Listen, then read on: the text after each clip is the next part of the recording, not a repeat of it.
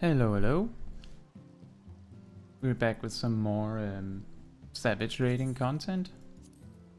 And we're lucky that some more teams appeared just now. Now the question is whether we can find one that matches where I've gotten to.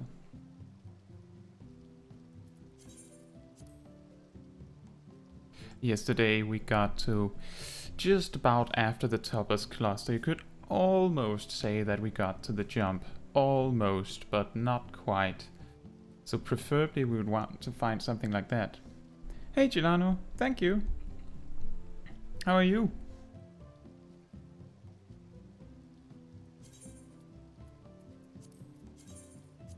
Let's see. There's a lot of these videos that a lot of these teams that are asking for you to watch the guide now that there is at least one guide available. I'm good. I'm hoping that we'll get further today. Have you been doing Savage, Gilano? Or are you progressing something else nowadays?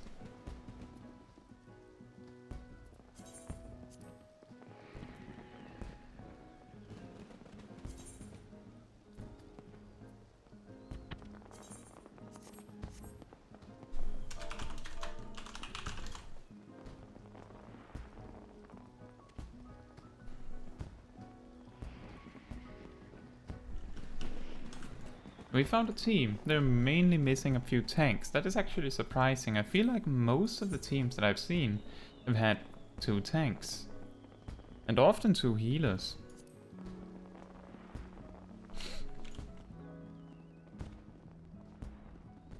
Okay. I can't remember. Have you completed the main quest? Like, are you in the end game or are you still working on the story?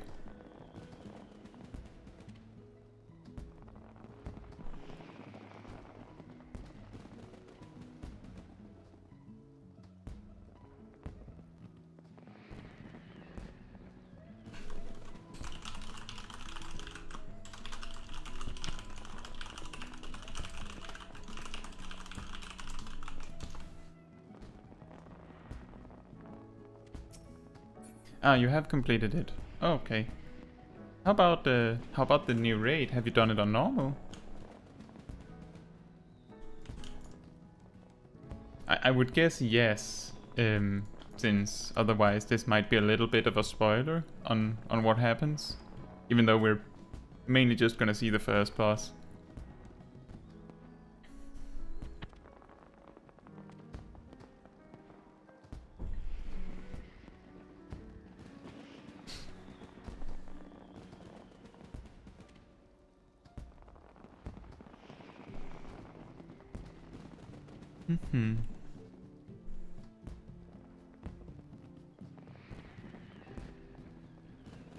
Yeah, I was very excited for the variant dungeons originally when I saw the live letter.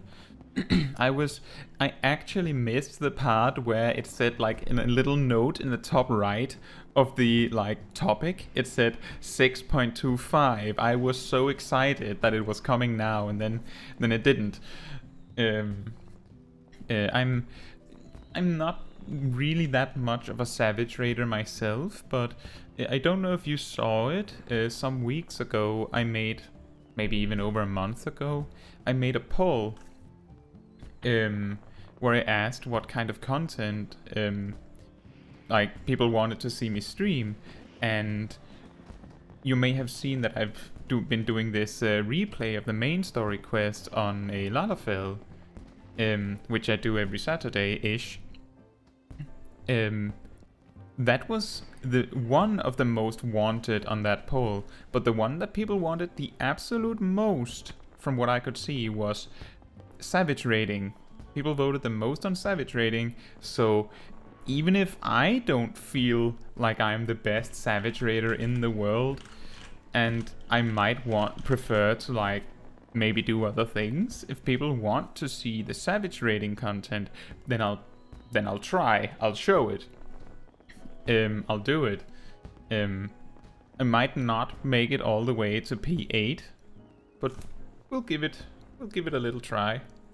That's mainly also because I don't have a static, whereas I believe most of the Savage raiding streamers have their own raid team and everything ready to go. And they probably also, a lot of them took a holiday for this. I'm just playing a little bit in the evening. But I'm very excited for the variant dungeons. I could very much imagine streaming those. Hopefully item level does not play too big of a factor in that, because then everyone that's excited for the variant dungeons but aren't Savage raiding, which is very likely a lot of people, would be at a massive disadvantage. We still don't have 2 tanks. I wonder if there's anything we can do to make this particular team look more enticing. Can I even see this one when I have this search filter? I don't think I can actually see the party I'm in.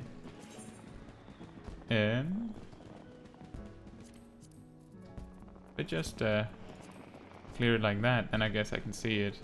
Yeah. And there's a lot of filters so that you can make sure that you only see parties that you can actually join, which I found is especially helpful when I play Summoner, which, well, let's just say that there's a lot of 1 player per job parties that already have a Summoner. So just by assigning this, I can filter out like 50% of all of the parties. But the bad news are that it seems like we just can't attract some tanks. And I wonder why.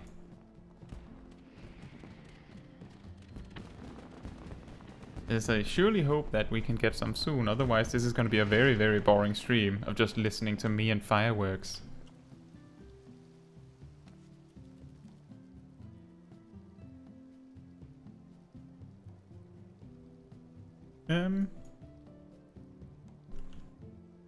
So, have you had a lot of fun with the Island Sanctuary, Chilano?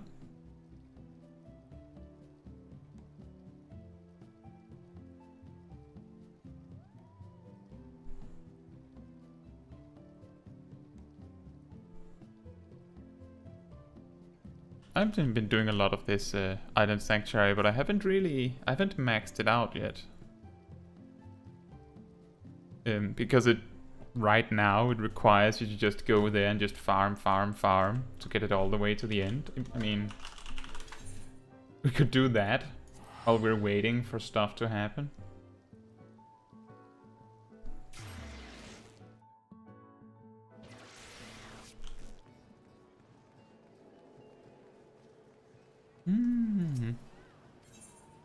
It's better than just standing around, but it's not the most difficult thing to do. But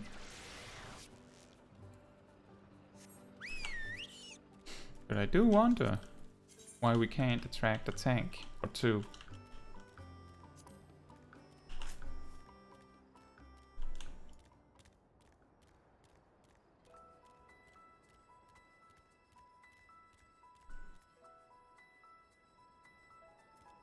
Really weird. Oh, you spent some of your sea carries or seafarers carries. Yeah, that makes sense. That is also the biggest step, where the vast majority of the time is just doing this. Oh, actually, I think maybe that my workshop finished something as this stream started. Something like that. Hello? Oh yeah. Excellent.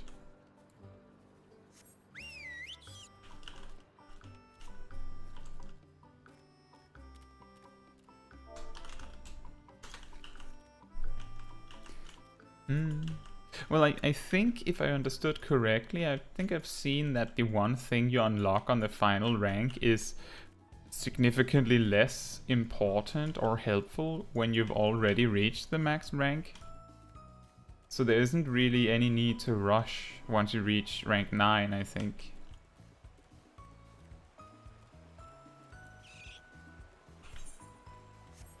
That is really weird. Would be very awkward if the first 30 minutes of the stream is just me in a party looking for a tank or two.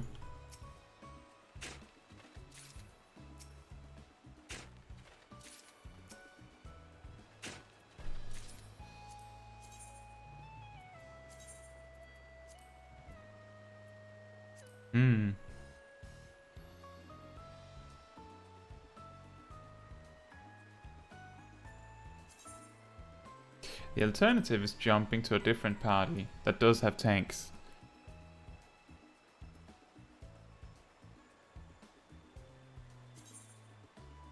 And not a summoner.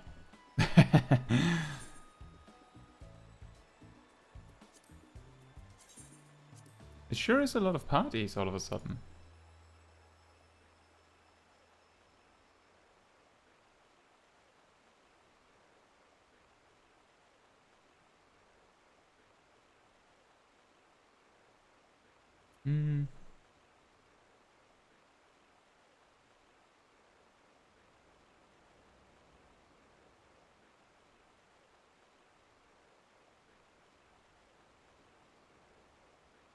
Please know your job, they say. I hope so.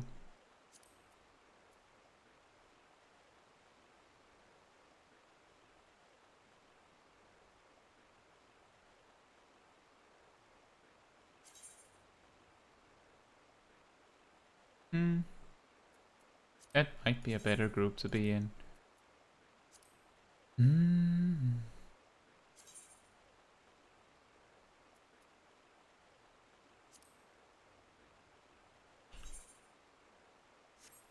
It's really a shame that this group just isn't getting any responses.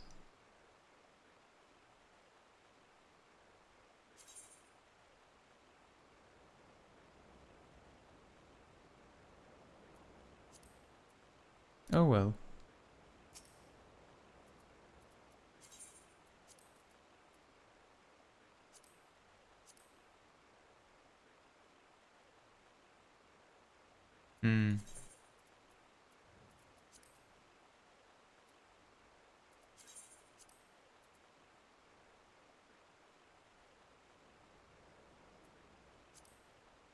I'll jump to a party, a different party, and see if we can get somewhere.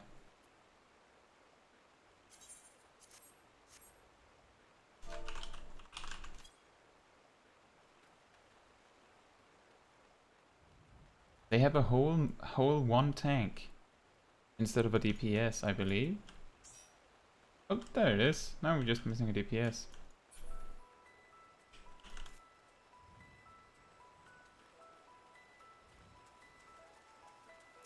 And it doesn't feel good to leave a party because nothing is happening, because once you leave you're absolutely certain that now nothing is gonna happen. Like, as soon as people start leaving, there's a much higher chance that more people will leave. But on the other hand, if there's too many parties in the party finder, it's not exactly the worst thing that one of the parties that can't find the people they're missing splits up and finds different parties to fill up the other ones, instead of everyone just sitting there like one party missing 2 healers, another party missing 2 tanks, and a third party missing a few DPS. Maybe the combined efforts of all of them could result in at least one functional party.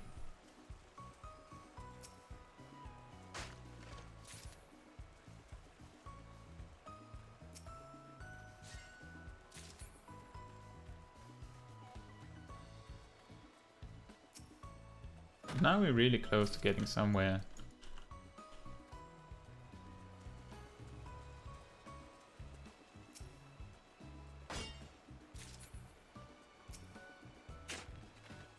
And then hopefully they believe I'm consistent enough with my understanding of the mechanics.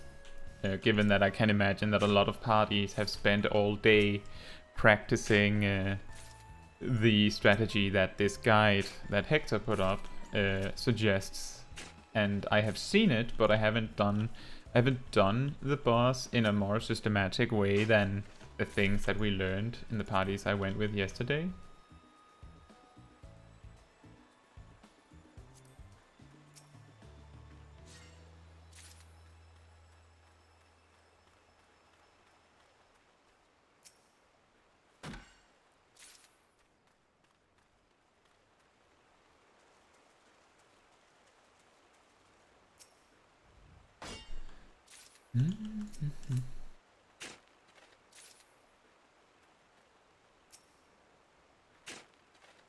I'll just move this over here to make it a little nicer instead of having two UI elements overlapping.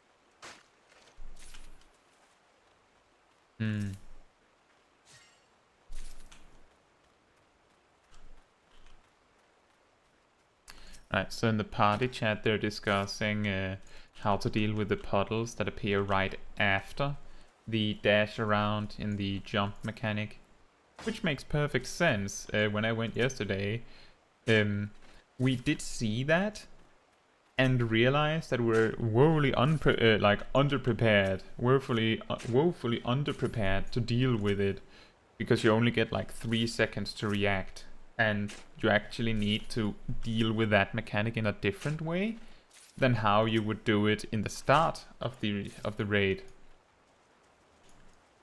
And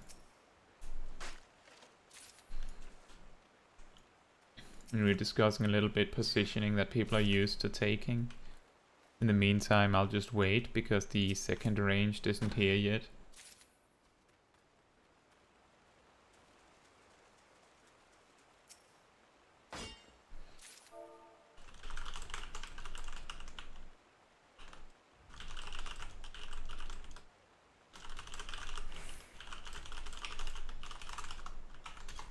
I just let them know that I'm flexible in that regard, and then we'll just continue to grab some more island experience while we're waiting for the last person. It's really weird what's happening today. We have 7 people and we're just missing 1 person and no one wants to join. There we are, and we do not have a physical range, but it's probably fine.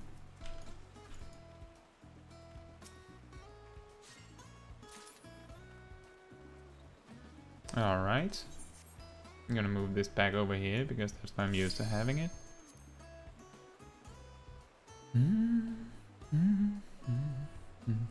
Only 19 minutes to get a group run up and going.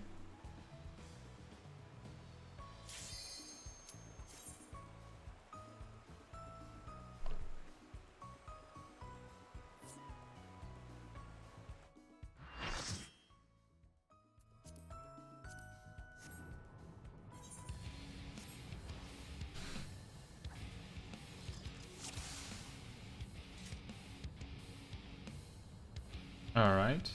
Did we have a macro posted?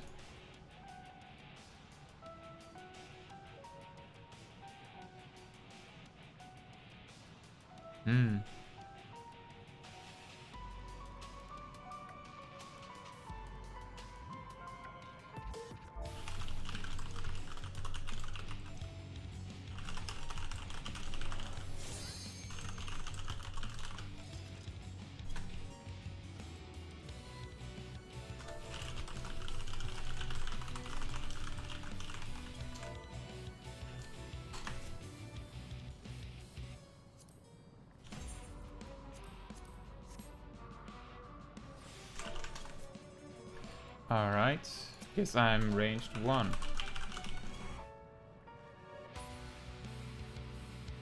If anyone has a macro, and I guess no one has a macro. Excellent.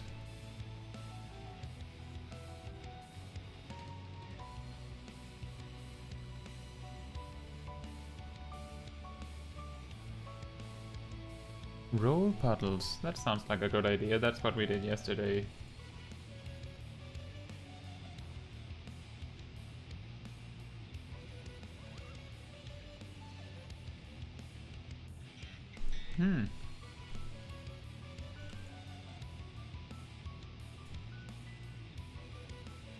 This is the first time I've done this.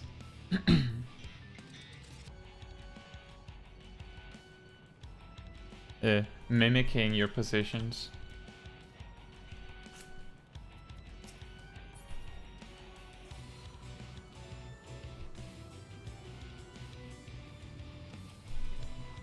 We're discussing how to deal with the puddle after the jump.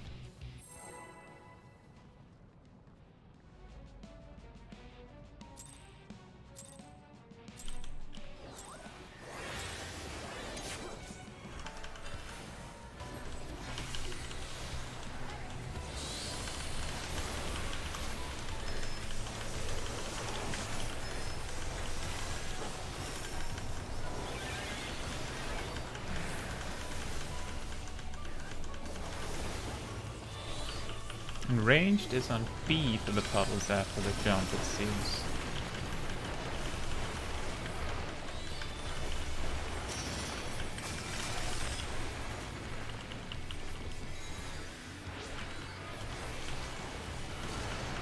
Oh dear, oh dear.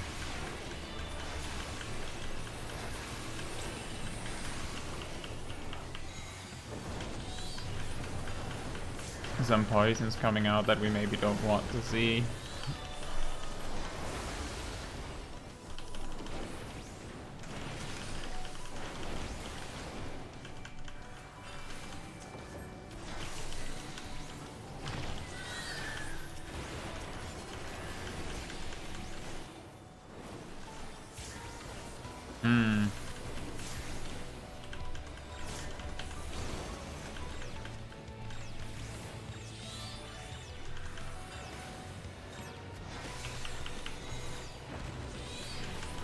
I'm tanking and our tanks are dead.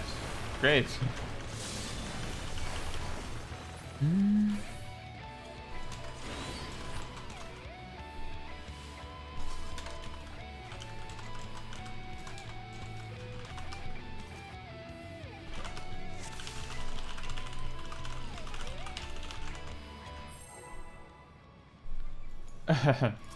Okay, I'll just continue to follow Gert until we know what we are agreeing on. Roll, okay.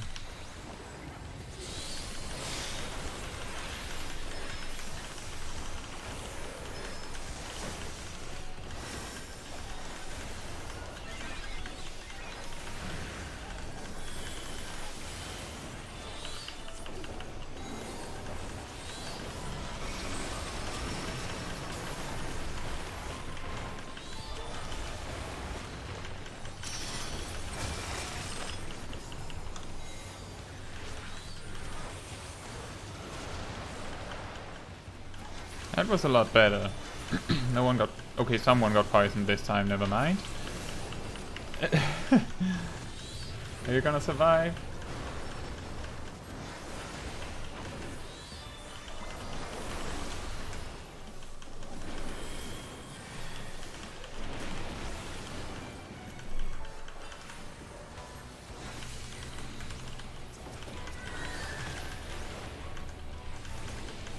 I'm gonna need to focus target the black mage after this pull. Now the question is whether the black mage is actually gonna take that one specifically, because that would be terrible. Okay, we got it. I think. Yep.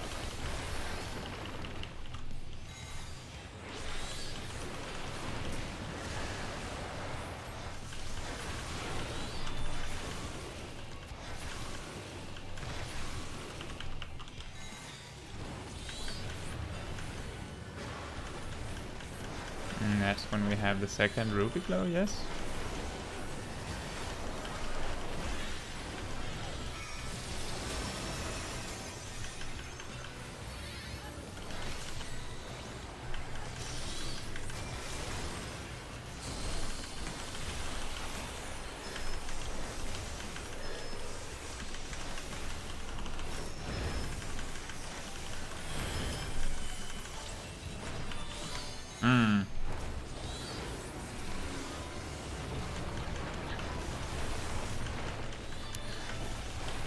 Not sure what happened there.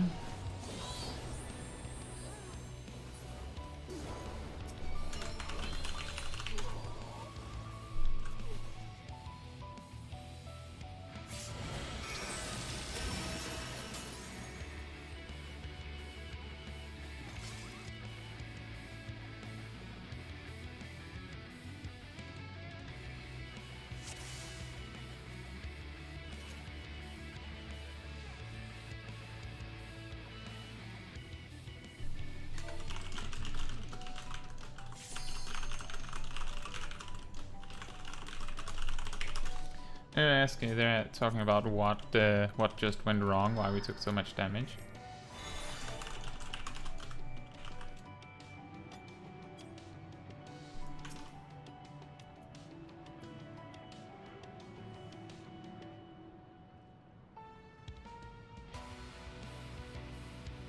From what I've seen, the dash itself doesn't have a hitbox, it just hurts everything that is on a side that the carbuncle passes through.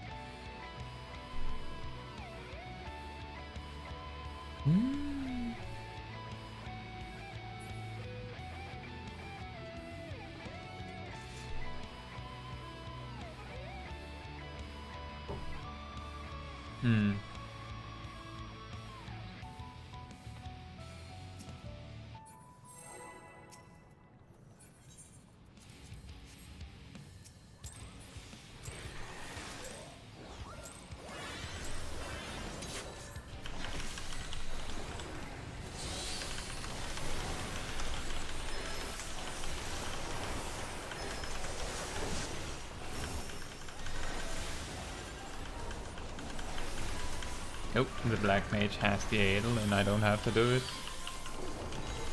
No, they had a very nice timing on it as well.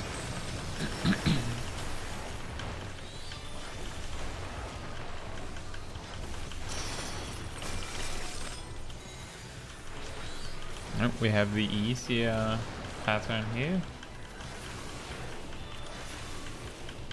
Oh, we can stay in the corner, then the tank has more space to work with. The Reaper touched the poison.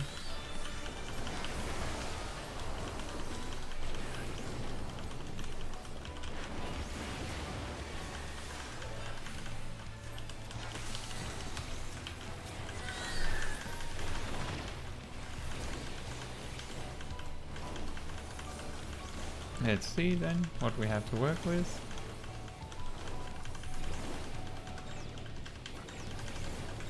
Hopefully mage friend comes. Okay, they run the far way. This is I'm pretty sure we agreed that we were doing it with Rose.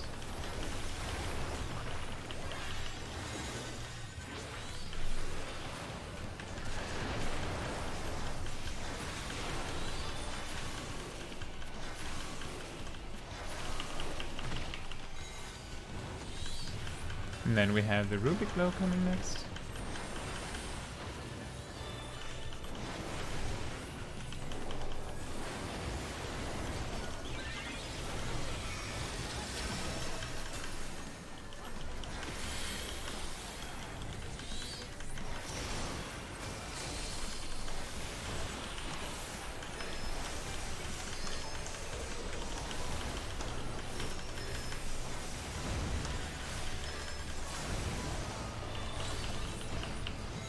Okay, they did not use Surecast in time.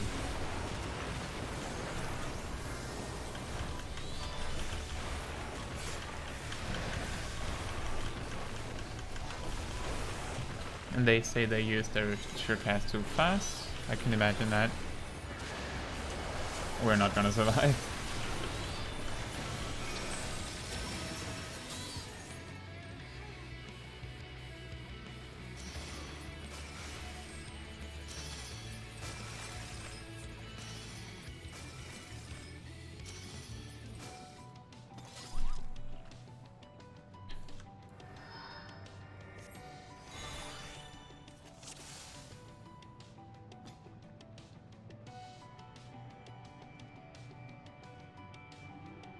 Isn't it easier to face him north always? I don't... I guess it would be, maybe? Ah, one of the healers forgot Surecast because they were so focused on reducing the damage instead. I see.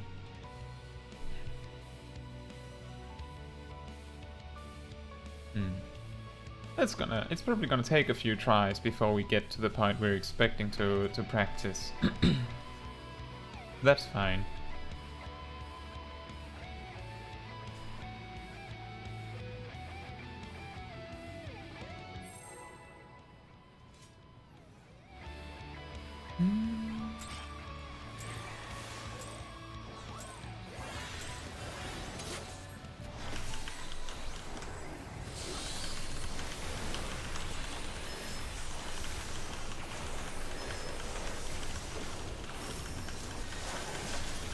Do we get the Adel from the Black Mage? Yeah, we do. And very well timed as well.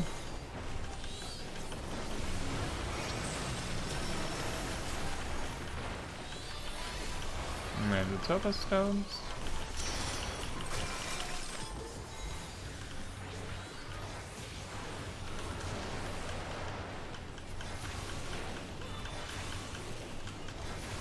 And we have the easy pattern.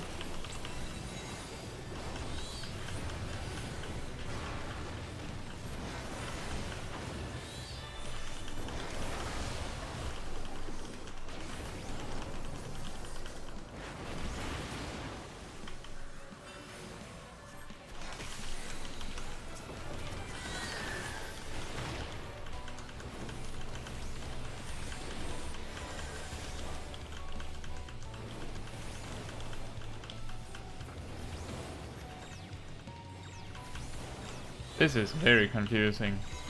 I could have sworn I was supposed to pair up with the Black Mage for this, based on what they said before, but okay. Seems like everyone else knows. So I'm not gonna question it.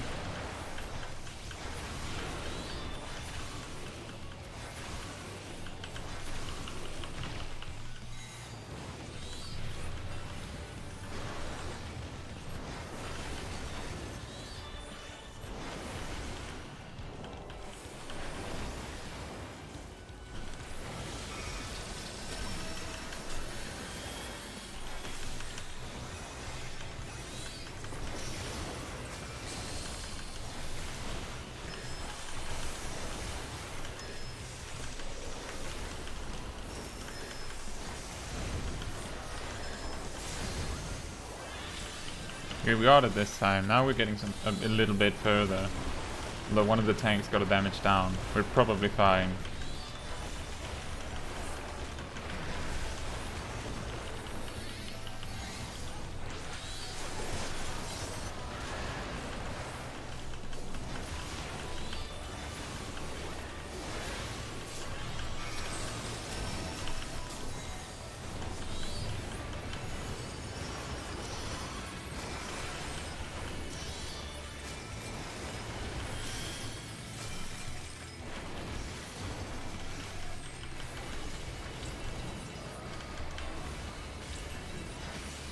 Pretty sure it's this.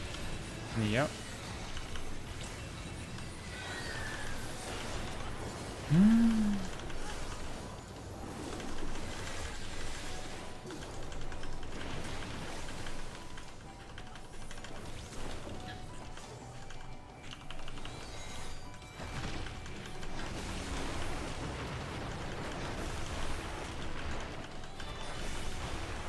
Well, I believe when Squall is spread, bait, stack.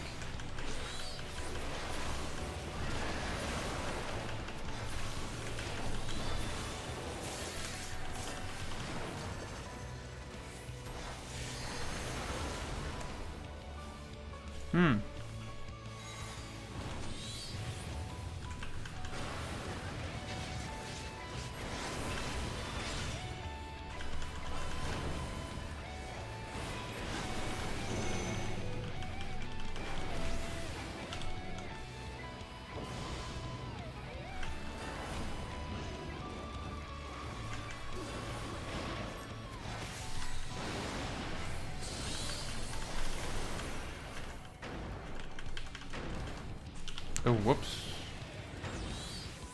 Right.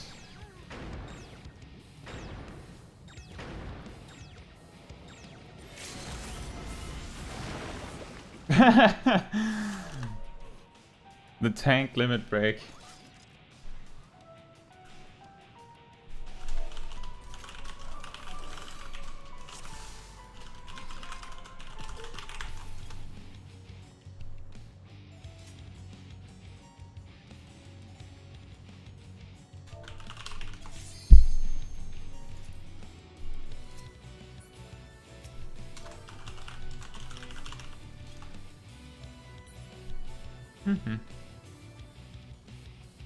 Well, that was further. Like that was the first time that I actually survived that long.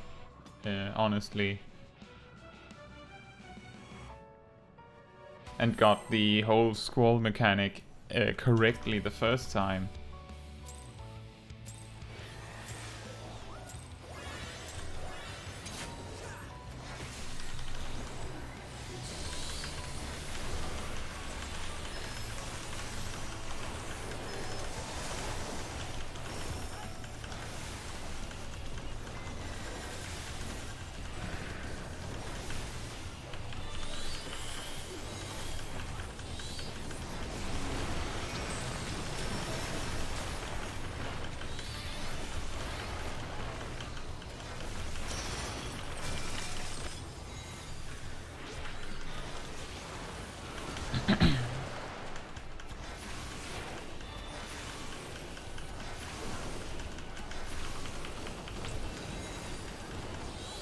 Oh no. That's really close.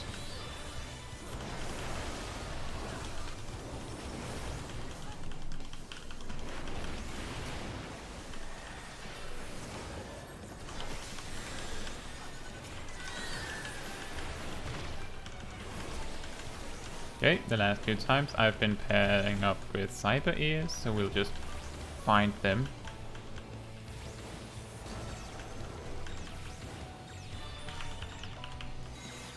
Okay, this time we're going with the black mage, I guess. And there's a little bit of a mix-up there, and we have 2 dead tanks.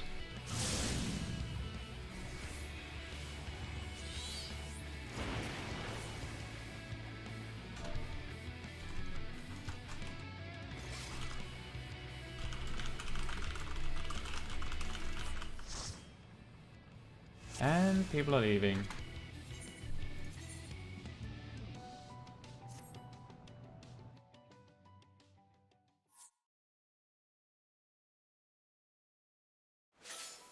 Wow, okay.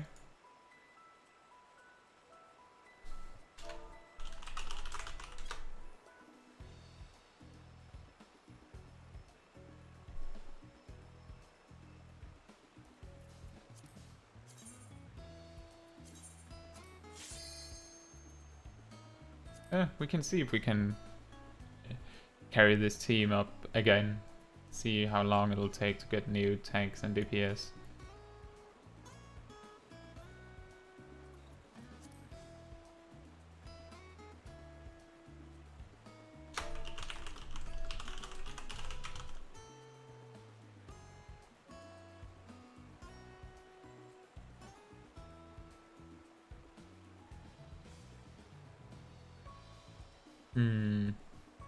Discussing how to deal with the puddles.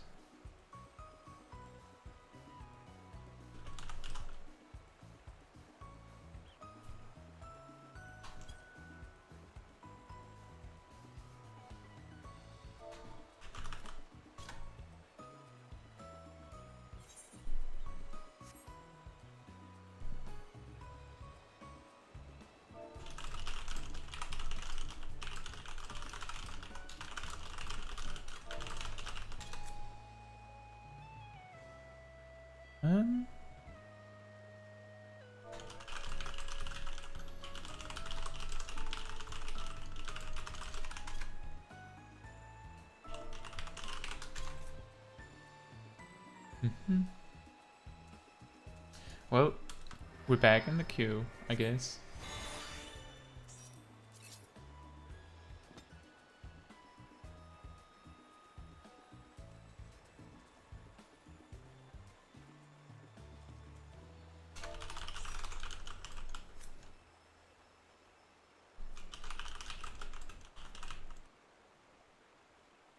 So the one thing that I'll need to have clarified when we go in again is how we wanna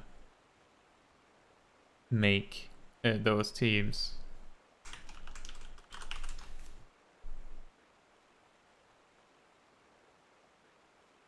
Hmm?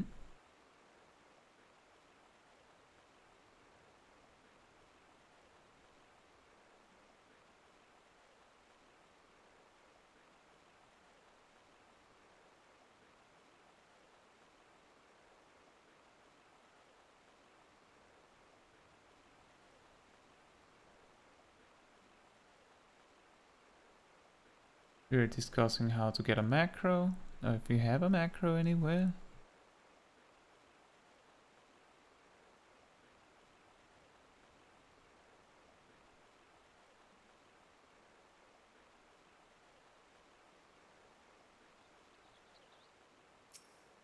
Oh well.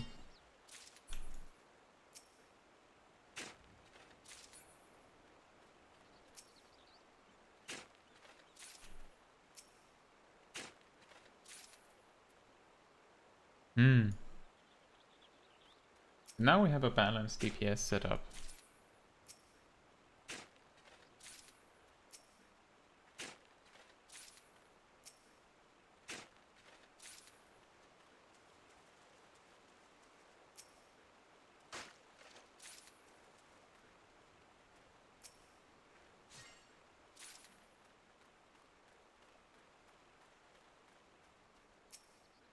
But now we're back to the problem of missing tanks.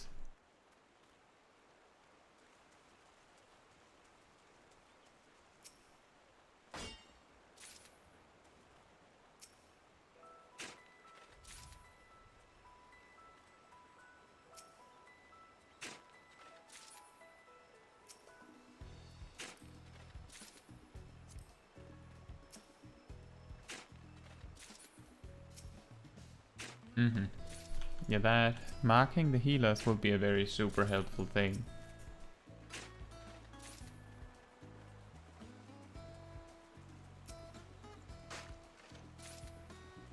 Well,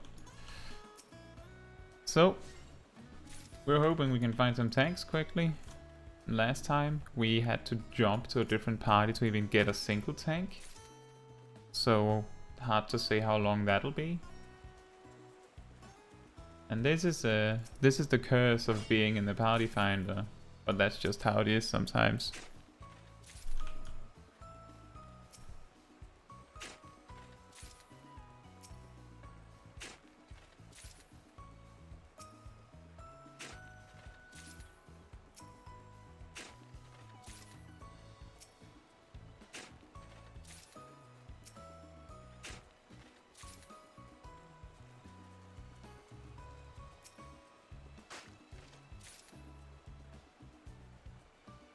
No, there's apparently a macro.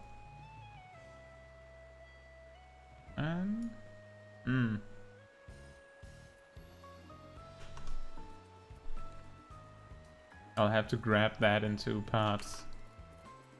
Oops.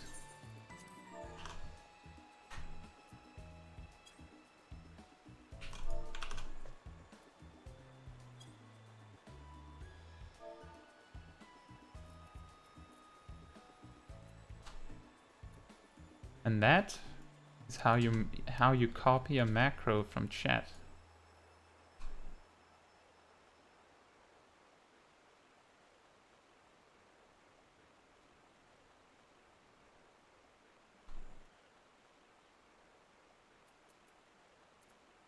There we are. It's a little wonky on these, but other than that, I guess this works. Ooh. Think it'll be like that. B5S and I don't know, a 5 will do.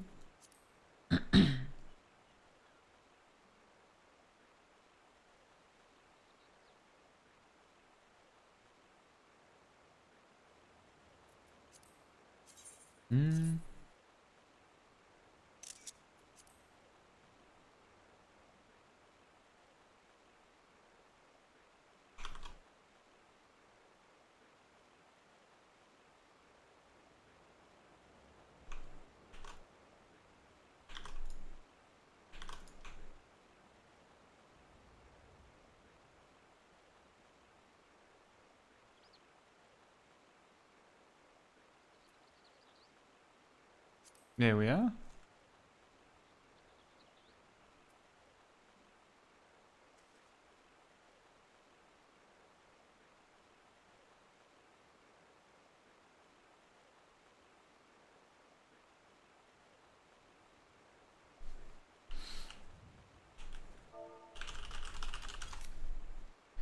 Right. And now we're just back. So now we have a macro and we have some markers. We're just missing tanks.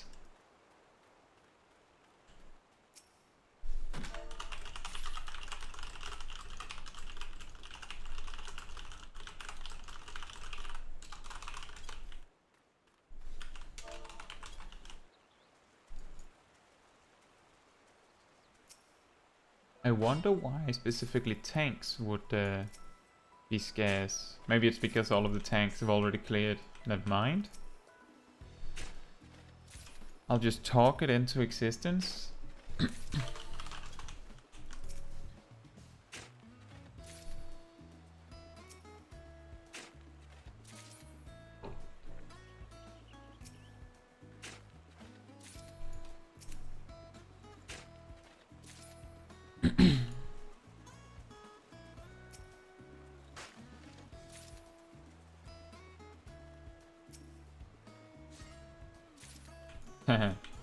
One of the healers suggesting dressing up their gunbreaker.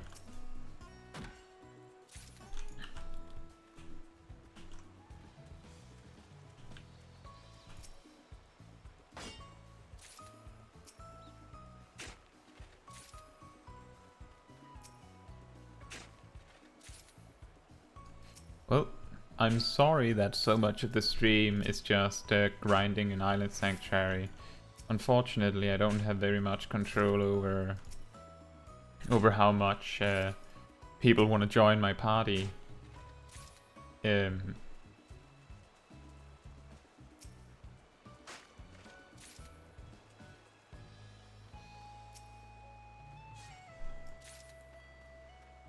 least I have a party that is almost full again.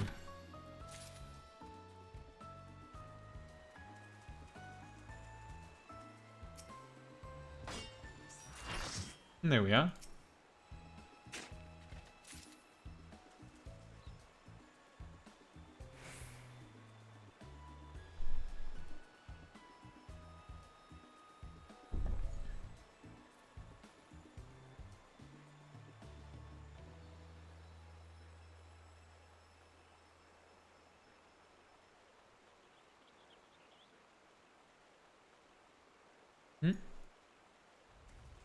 So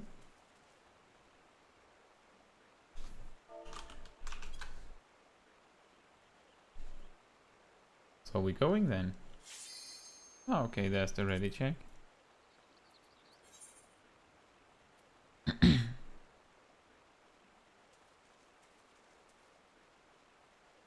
could have saved a whole minute of my food buff if I didn't eat it preemptively earlier.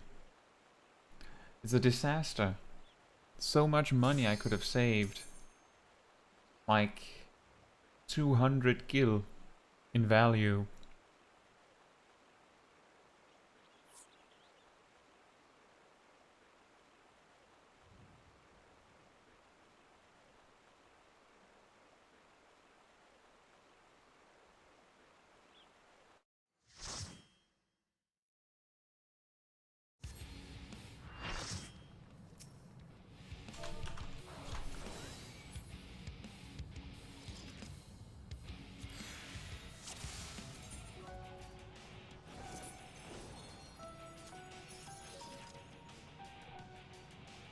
Alright. Should we have some markers?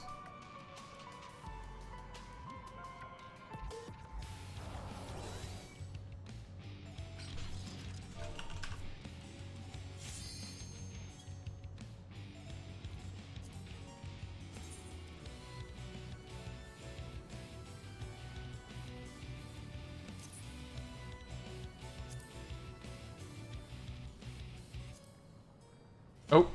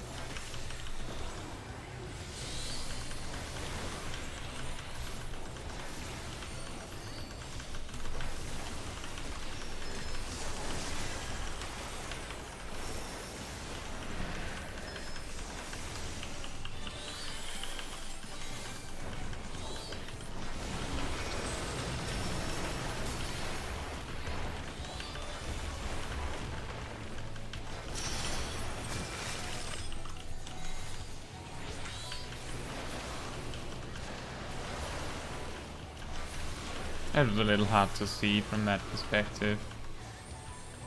Seems like we all got through it unscathed.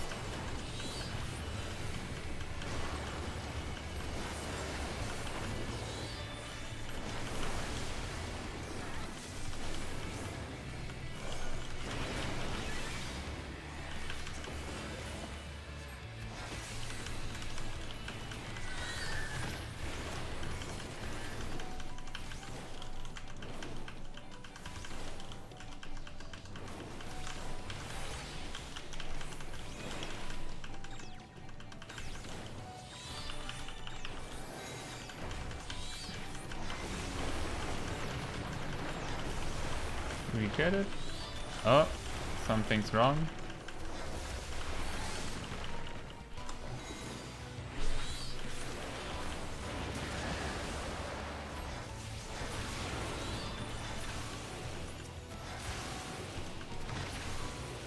We might have to just wipe that up. Or maybe we can survive.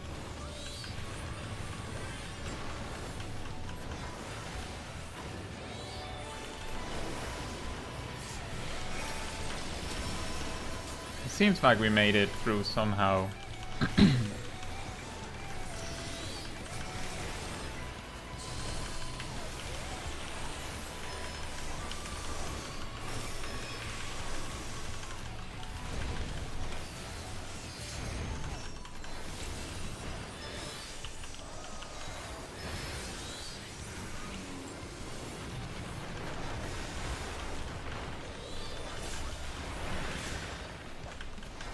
Oh, that's really, really close.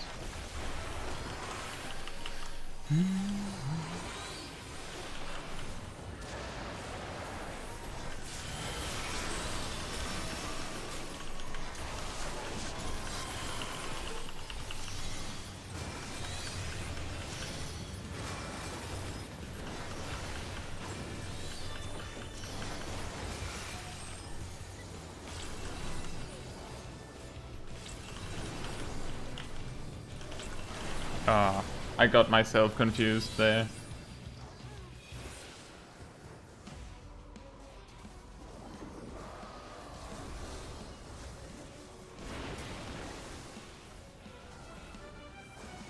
I actually had down where the third one was this time, but then I mixed it up because I forgot that I didn't remember where the first one was.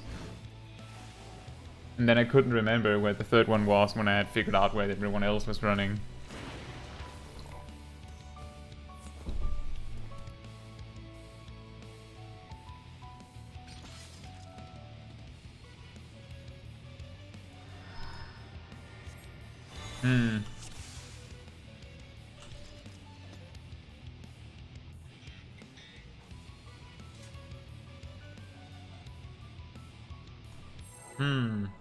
Yeah, those are some weird markers. I'm pretty sure it was completely different last time. Oh well.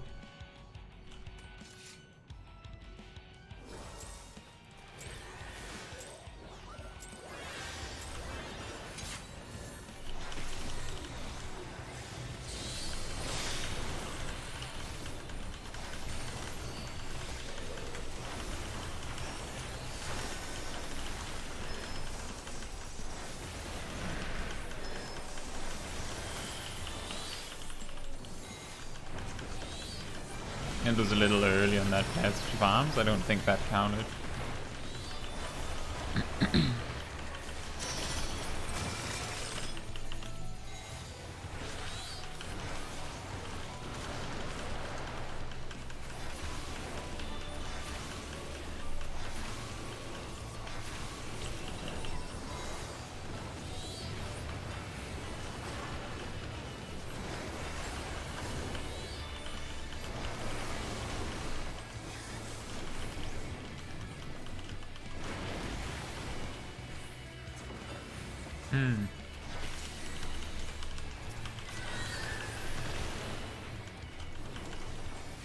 Alright.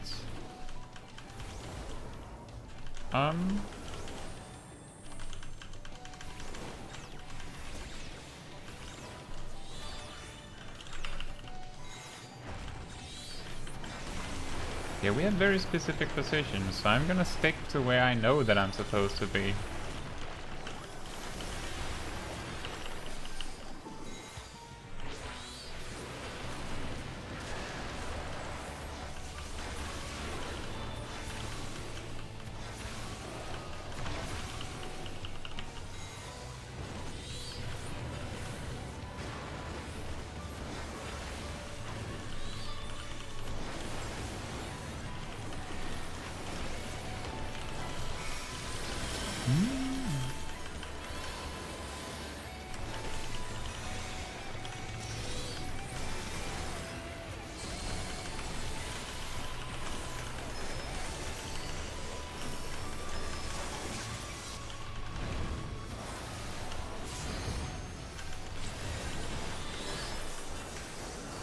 Andromeda.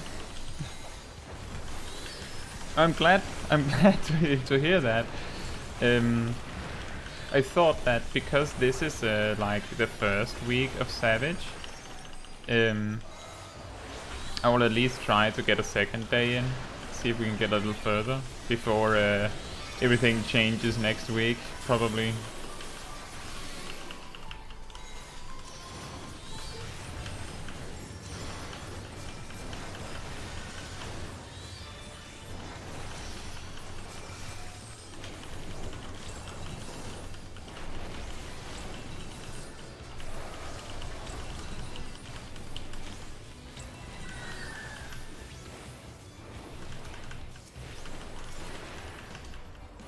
Well, the reason why it changes next week, you could say, is because then suddenly a lot of people are doing their re-clears, so suddenly the stakes are higher, people are expecting more.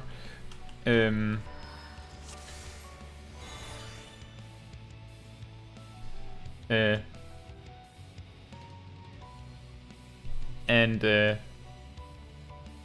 it's a different atmosphere, like Andromeda. Let me put it like this. Yesterday, the best people requested was that maybe you should have watched someone else's clear, and that would be fine. Today, everyone is basically saying someone posted a guide, so it's pretty much a requirement that you have watched that specific guide. Like, I have literally seen parties that posted up that said, watch the guide, because there's only one guide. And we also have macros today. We didn't really have that yesterday.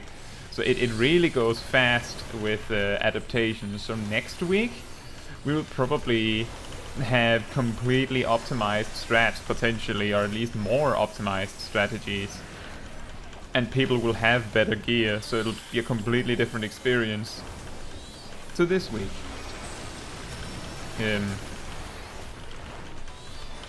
Which also means that if you could say, fall behind by virtue of not getting a clear on all 4 bosses, basically, or at least one boss, means that I will have a harder time finding parties, because a lot of parties will be clear parties instead of practice parties. So this is the best opportunity to do the new Savage raid without a static. In my opinion, it's not quite that clear cut, and there's still people that like to have a friendly atmosphere. Like this particular group advertised themselves with you know, be patient and so on. Oh. Where is my friend?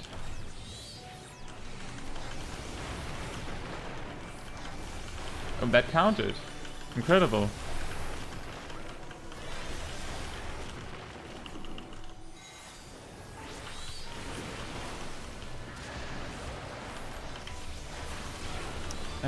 You only skipped the guide for 3 minutes before you started progging? Well, I mean, I watched an entire video guide for it, but I haven't, like, I've only spent an hour in the new extreme trial. We got it to like 50%, I think, in a random group.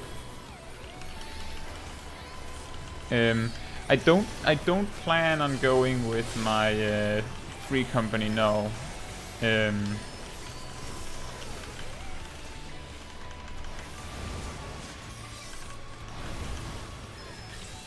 Oh. I don't plan on doing it with my free company. Basically, I know for a fact that the majority of my free company just isn't up to the task of doing Savage Raid, let alone an extreme trial. And we have different schedules in life. Like, for instance, Mackerel literally said to me when I mentioned that I was streaming now, he said that he was at work. So he would not be able to raid with me at the time that works best for me. And some of the other people in the free company are simply just, they prefer more casual content, and that's perfectly fine. It's just, they're not really tuned for this. If that makes sense. So I don't have a static, and I don't plan to do it with my free company. Maybe I can find a static, but that would also be very difficult. Part of the reason why I'm not super sure on how much I will I might not be doing back-to-back daily streams next week, for instance, on account of I might fall too far behind on video making if I do that. And that is, based on what I can see, the thing that most people that watch my channel are there for. So that is significantly more important that I have the weekly videos that I post out than being able to stream several days a week. Well, you'll see, so it's very common that that most everyone, as far as I know, most everyone can do an extreme trial. That's not to downplay the achievement of beating an extreme trial, not at all. That is difficult in its own right, but Savage is supposed to be a step above that. If you haven't gotten into Savage raiding yet, like if you haven't tried it yet, then maybe you'll notice that it might be a step up when you enter.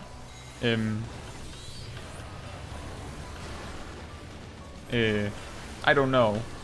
I feel like Savage raiding requires a lot more time investment than doing extreme trials, at least. Someone baited you into Savage raiding, or into raiding.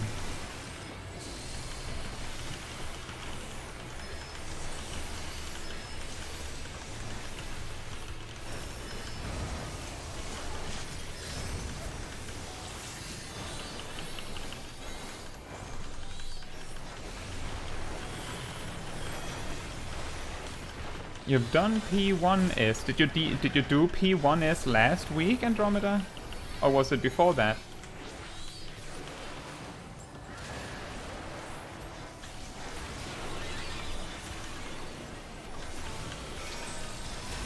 You start next week on P5S. I see.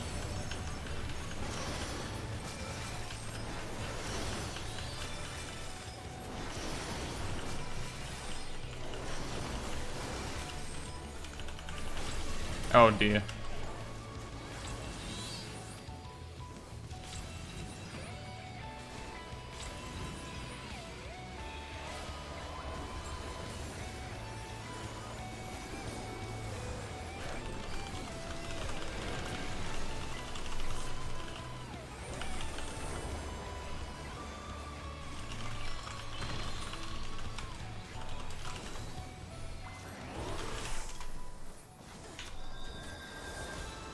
Oh, that's stack first.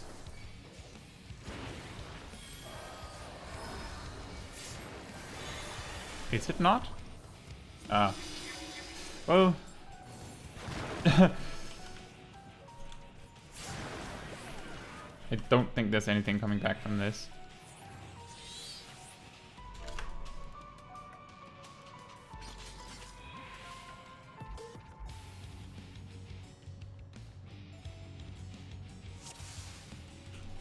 Let's see, stacks.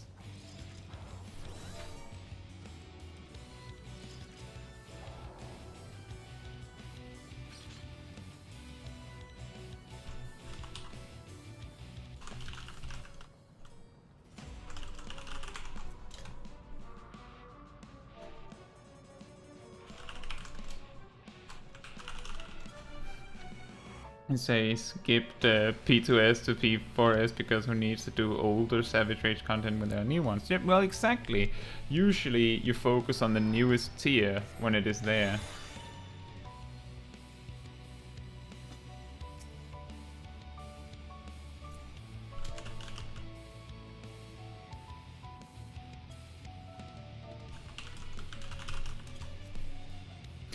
But, well, we'll keep trying.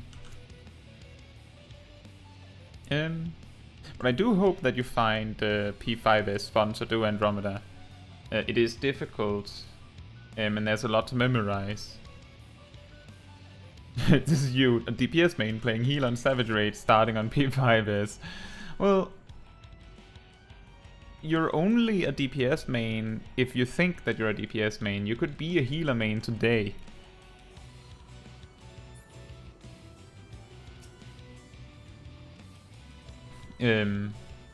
Like I play a lot of tank and healer like on my day-to-day stuff, but I believed that playing a DPS was the smartest choice in Savage raiding, mainly because there's a lot of expectations to DPS to do as much as they can. There's of course also that for tanks and healers, but there's especially like a high expectation that DPS do well.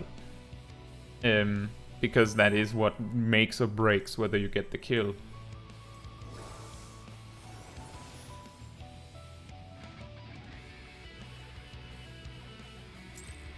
So it might not be the worst that you're a healer, like you're a healer in your Savage raid. Especially if you're used to playing Black Mage, because who knows, maybe you lose, like you have no capacity to deal with all the mechanics of Savage raiding and also making top DPS. I'm not saying that you can't, I'm saying that it's not unusual that you would like that people find it really, really difficult to do their complex rotation in Savage raiding. Because there's so much happening, you know?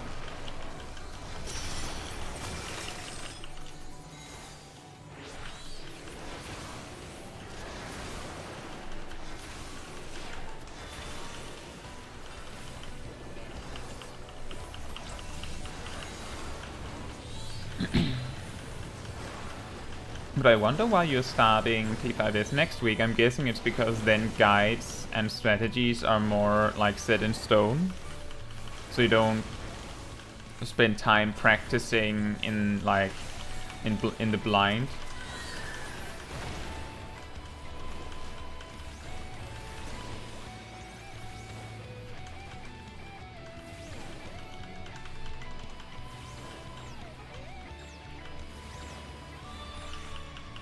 This clockwise, counterclockwise strategy is way more systematic. I like this.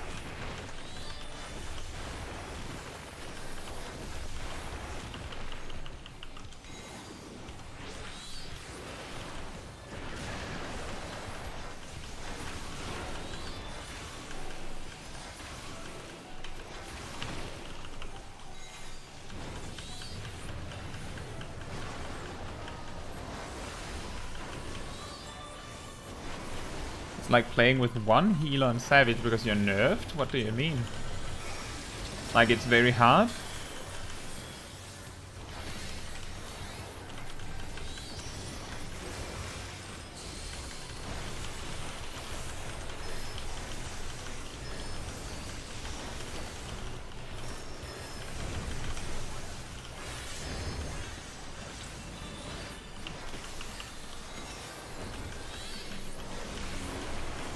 Mechanically challenged, can't multitask, clumsiest person to ever do positionals. Oh well, it's all about practice. It's all about practice.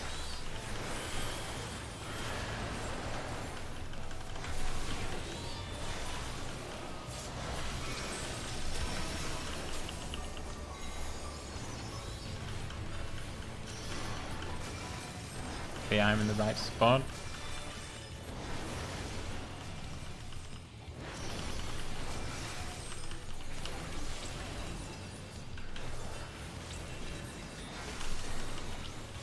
Ah. So hard to see it.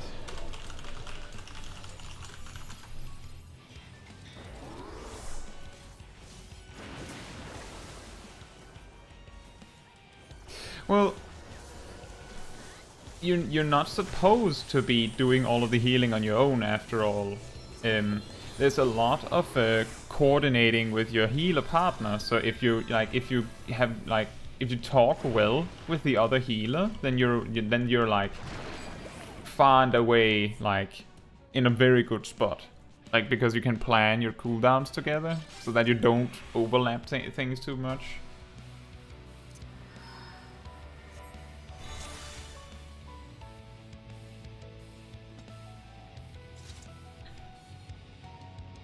Ah, you want to get weapons from the fourth trial. You had you completed it?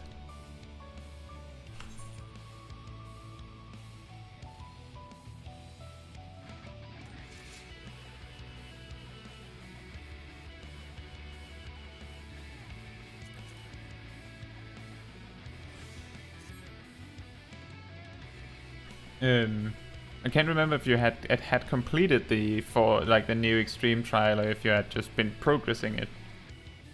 Oh, okay, you're close. Keep getting clipped before entanglement. Oh.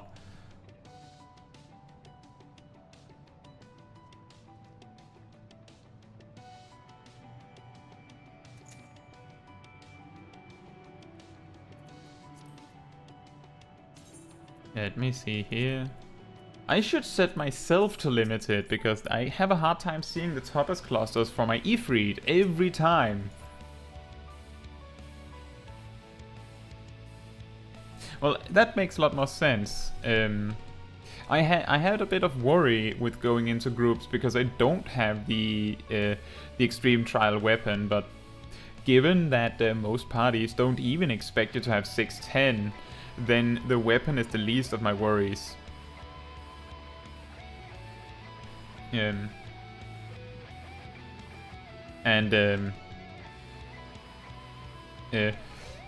It's like it's really fine. Like I don't think that weapon is gonna make the big difference, but I do think that practicing your your skill in difficult content by doing the extreme trial is extremely good. Like that's a really good idea if it's like if you've never savage raided before. The difference is the reason why I'm not particularly worried about going into savage raiding is because I have been a raid leader multiple times. So I'm pretty okay with doing savage content. It's more a matter of mastering the individual fight. Like, I see savage raiding a bit like, you can master a job that takes a lot of time to master a job. You can also master a fight. And these boss fights are complex enough that they're relatable to mastering a job. You turned off your effects for extreme trial because of how crazy it is. Yeah, that's what I said yesterday when I tried it the day before. I said the extreme trial actually felt more difficult than this because this is way more systematic, while the extreme trial feels like it's just chaos, Like you can just imagine a Jack from Stranger of Paradise coming up and be like, I think I found chaos.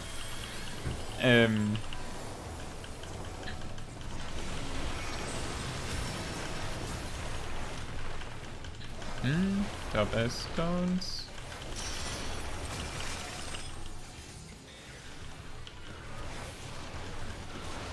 Wow, okay. The attacks look really weird now because there's no effects on them. But this is way more manageable. Again, I can actually see everything now.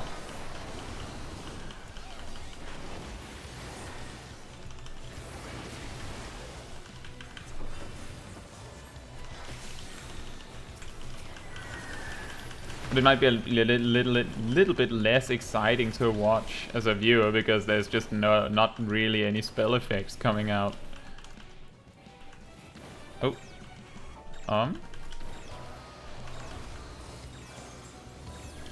Oh no. Oh no. Okay, we figured it out. That was this was the worst like pattern we could possibly ever get. Like both were on one half of the room.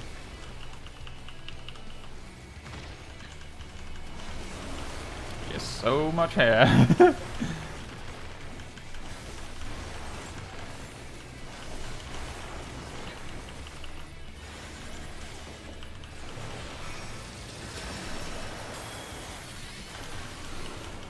You're just gonna skip the rest of the Garuda cast. Like, I got so confused by this mechanic mess up that I completely stopped attacking for a moment.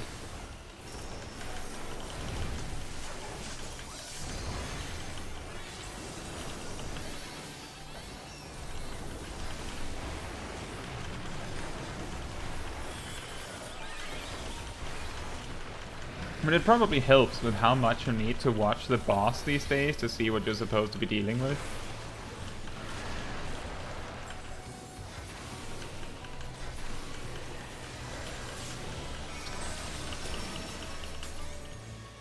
Okay, maybe I can see it better now.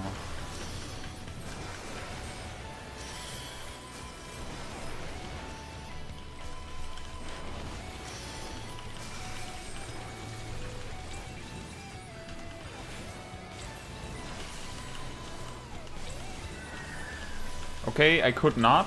I put my faith in the hive mind that is my party, and victory was achieved.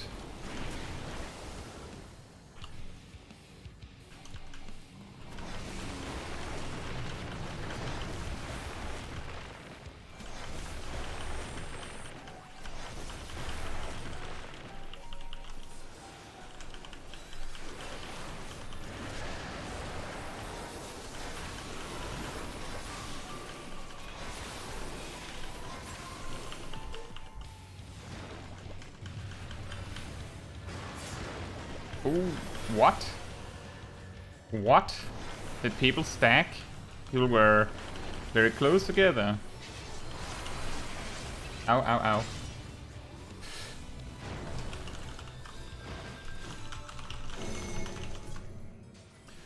ow. It's good that you're building up confidence as a healer. You'll get there with getting the dot, and I will say, using your resources is important, but the most important part is using your resources correctly, not spending them. As you get further in a fight, you'll figure out what you need at specific times, and if you need it, you can try and like plan with your co-healer. You didn't know if you actually used your flemmer. Oh.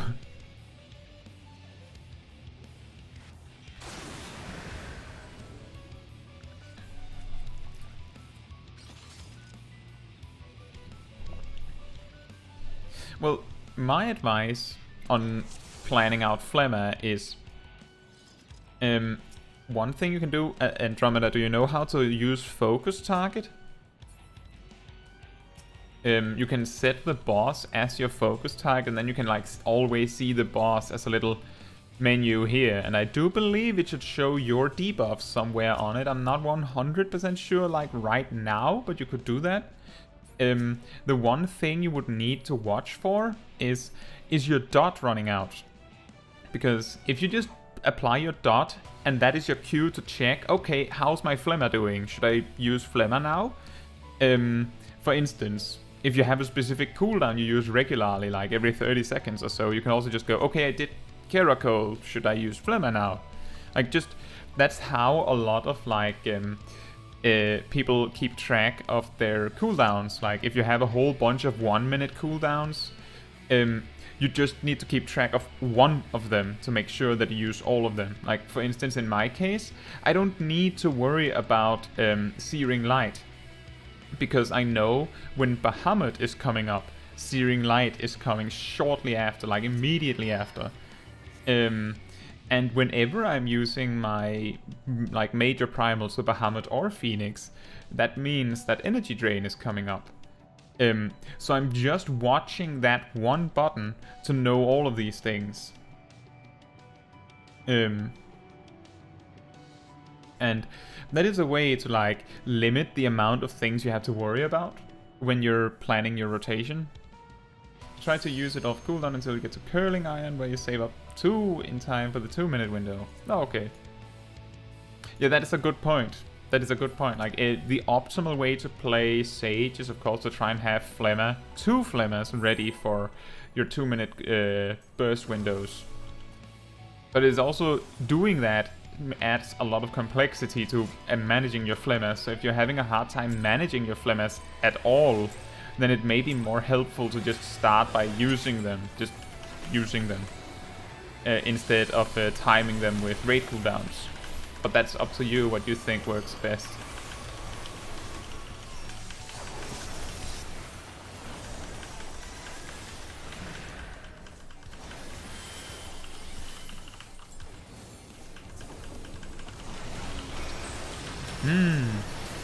I don't even get the noise of me summoning the primal at all. That's really, really minimal sound now.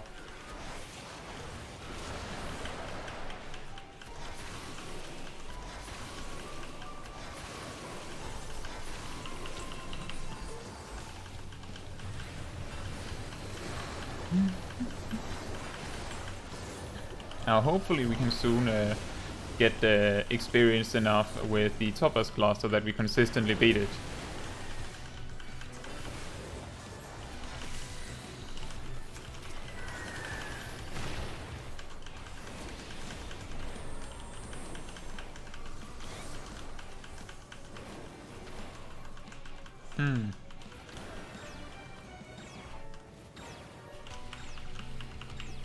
That was a lot better than last time.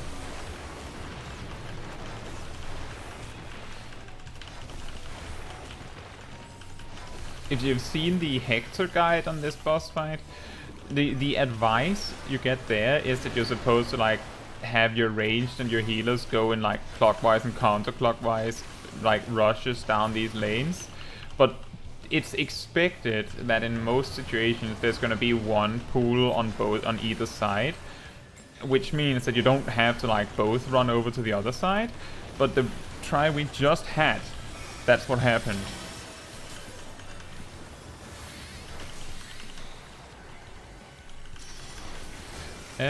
How do I make my cooldown so big? That was a new feature they added with this patch, actually. It's not any cheat, it's not any hacks or anything. It's the actual game that allows you to do that. I can see if I can find it in between pulls. Yeah, but it's working as intended. It's a new feature they added. It was added like a little I believe it was mentioned in the same place in the patch notes that they mentioned that they had made the option to get more detailed actions and traits, which shows your combos and such.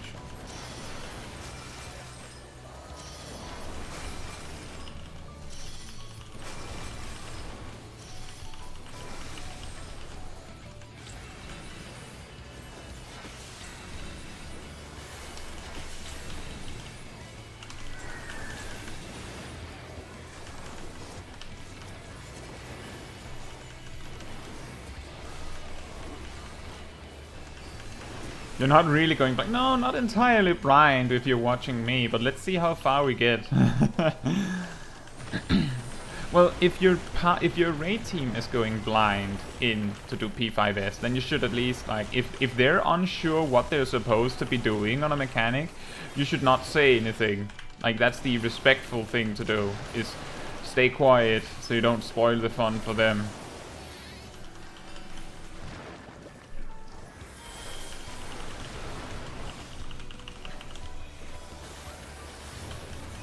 Claw to tail.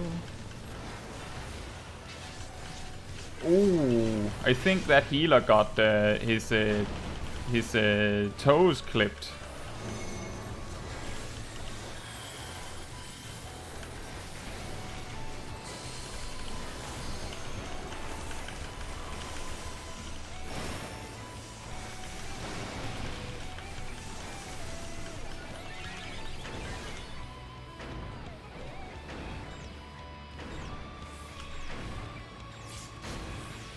Oh.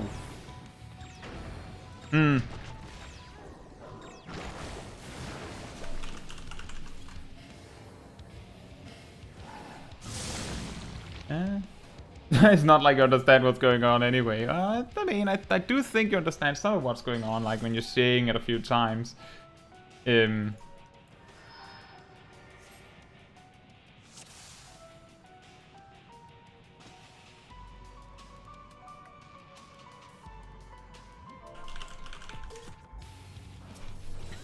Well, the good news on that jump mechanic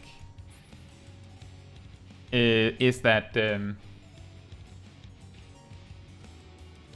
it only happens once.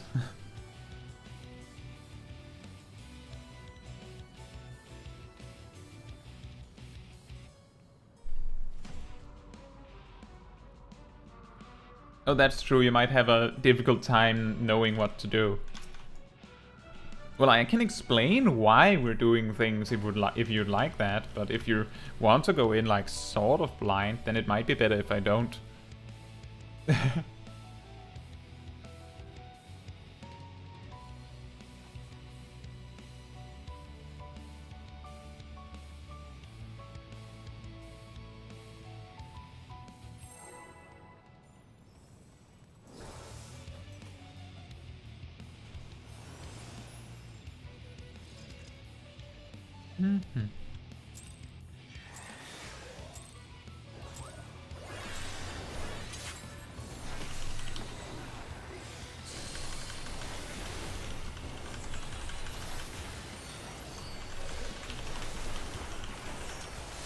You'll honor the same blind thing.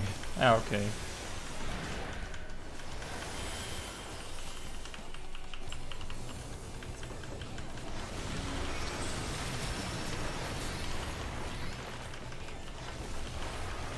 You have to go.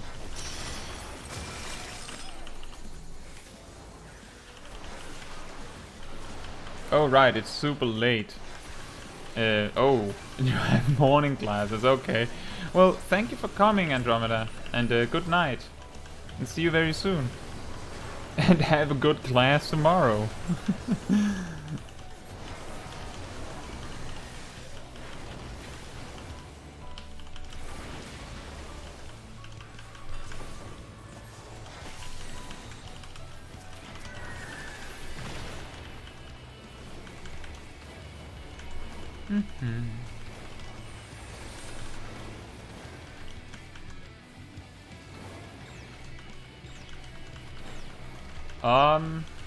Someone has gone to the wrong place, and I know who it is.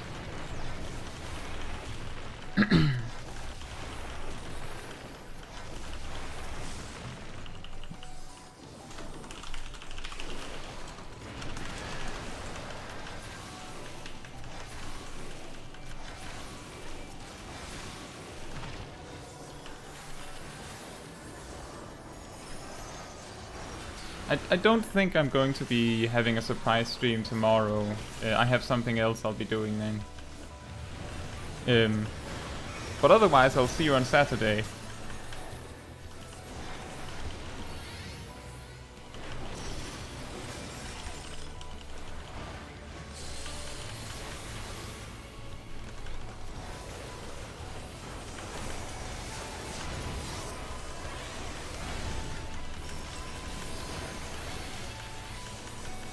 went to Diadem for the first time. You leveled up a sweet female Gotti. Oh! Aw! See you on Saturday. That was sweet.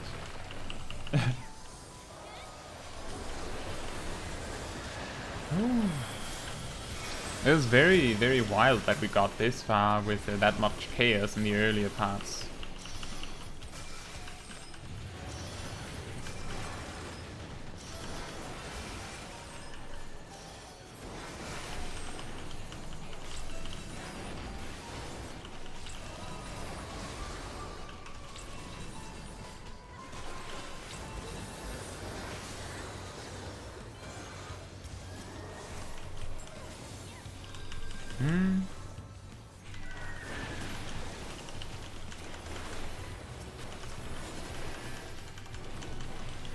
Oh, yeah.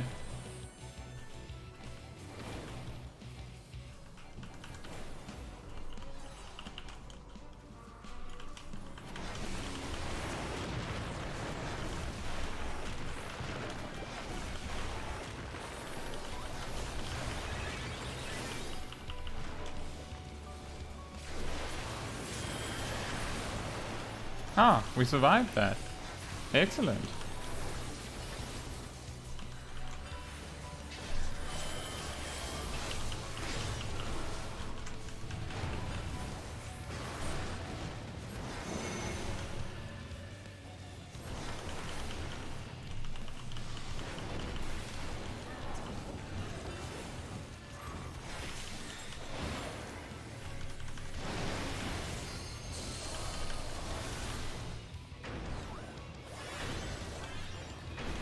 Oh, whoops.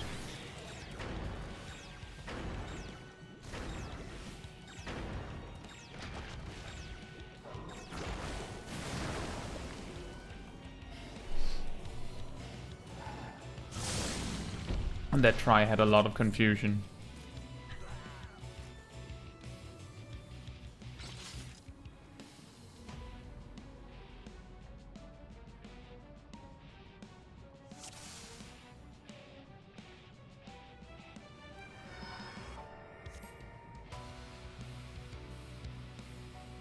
Yeah. Yeah, the zigzag is very, very difficult. But it's super obvious when you know the pattern, but the thing is learning to apply it correctly.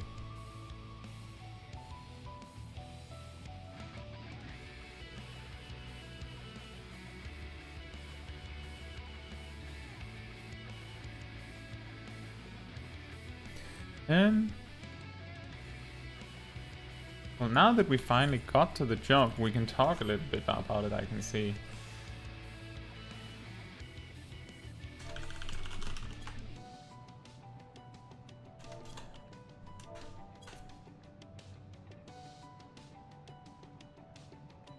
Right. The zigzag is the one where if you take like a downward arc from where you start after the second jump up to where you started, you just carefully run up there, then you're fine. And if the circle one is the one where you go up and then back again, if I remember correctly. But the exact tempo to get it right is the difficult part. Because it feels like it's a lot. It both feels slower and faster than what you expect.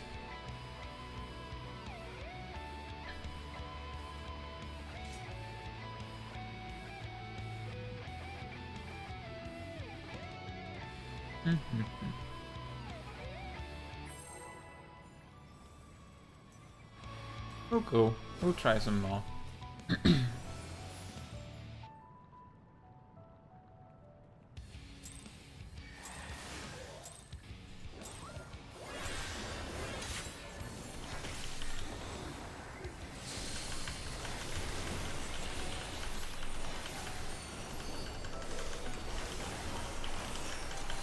As long as we're getting a little bit of progress every try, then I don't mind.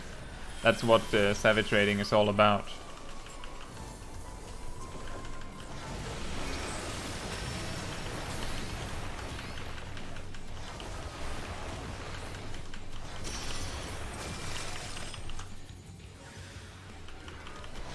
That was the nice version of the complicated version.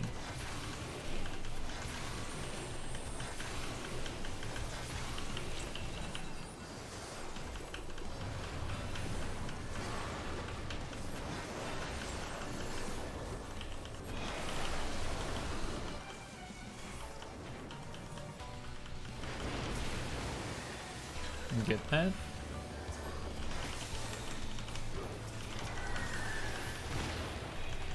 It's really funny that that has no AoE component to it.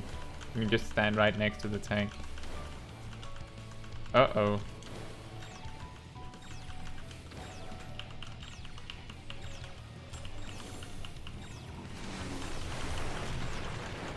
And we got the bad pattern again.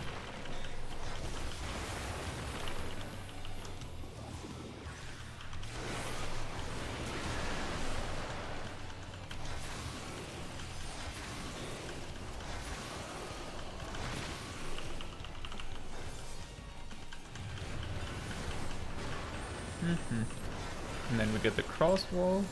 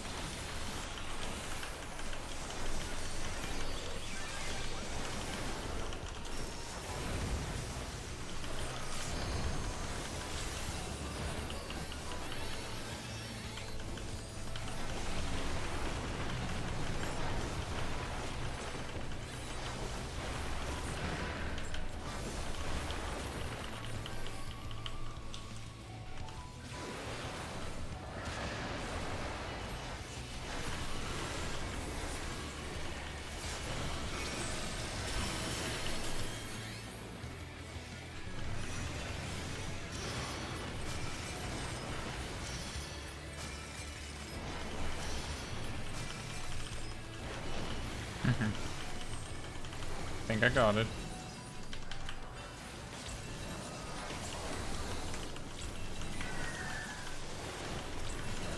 Excellent.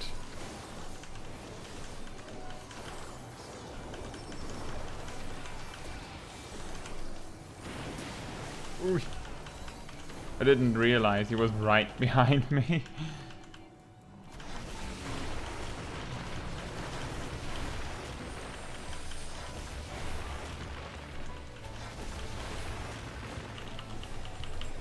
And we have the stack first.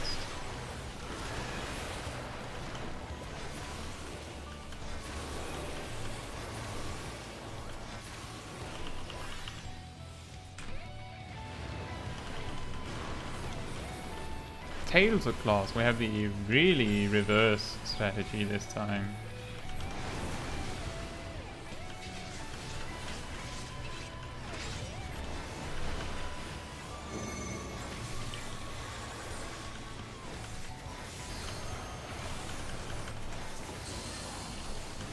It looks like the circle pattern.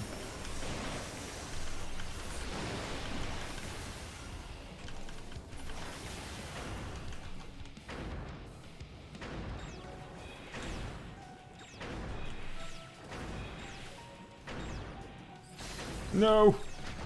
So close. So close.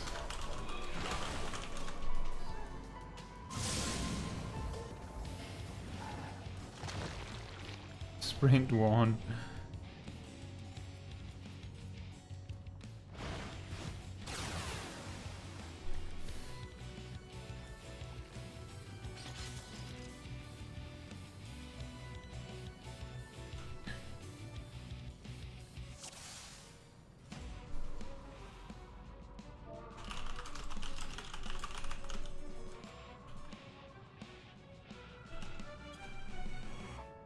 Okay, we have a very short break. People need a moment, I guess. That's okay. So we had the circle pattern there. The reason why I've had a lot of trouble learning that mechanic is because usually I've been told what pattern it was after the fact, and I didn't realize what it was.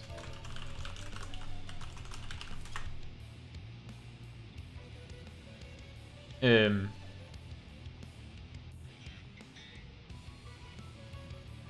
and the trick that people found out is if you have the zigzag pattern, then you can just like carefully run from like if the first stomp is over here between B and 2 and you start over here near like between D and 3, then after the second jump, then you just carefully run all the way up near 2 and then you'll be fine. For the circle one, you instead... Uh-oh. We just have the random misclick pull. Then you instead run in a circle or a half circle in the opposite direction, around, and then back again. And the difficult part is the back again part, because he's going to be running right at your heels as you do.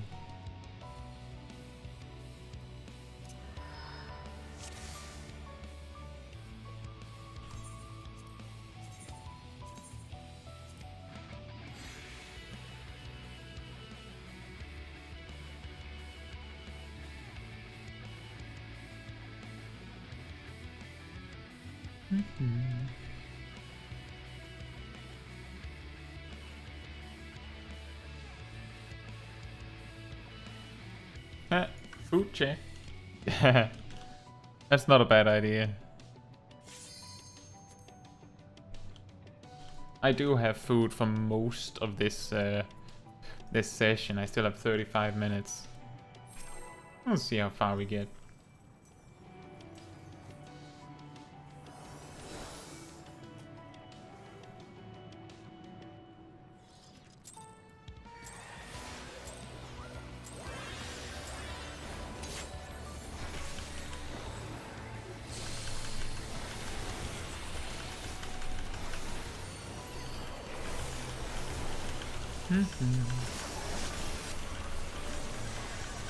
I wonder if that Adel is a little too early.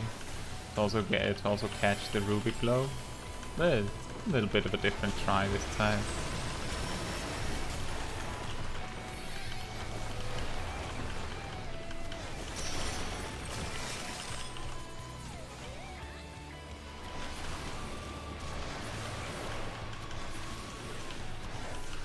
That was a little confusing there.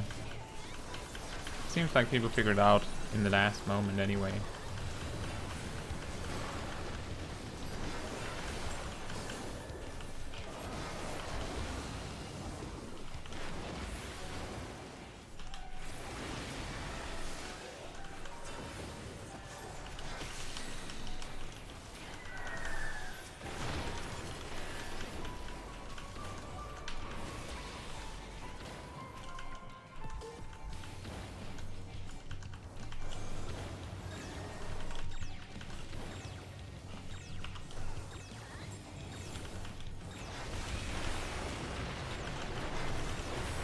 I think we figured out how we deal with it when we get the unfortunate patterns. We kinda have to, because it seems like the game loves to give it to us.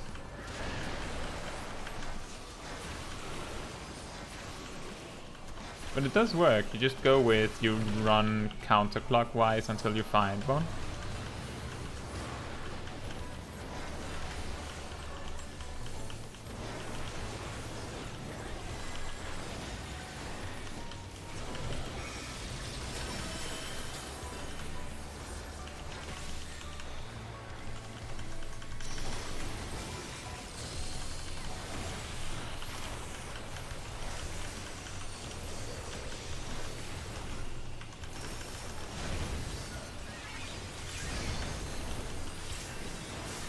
And everyone's alive. Excellent.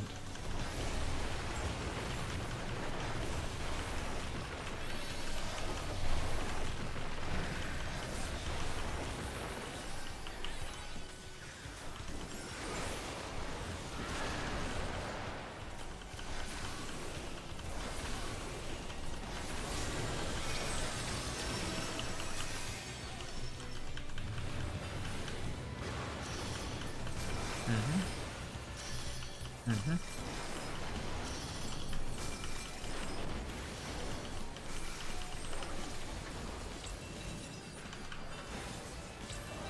Pretty sure it's here. Yep.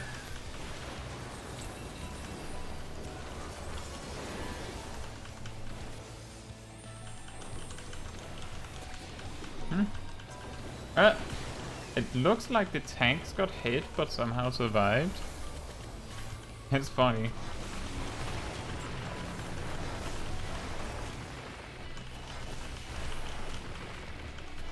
Venom Surge.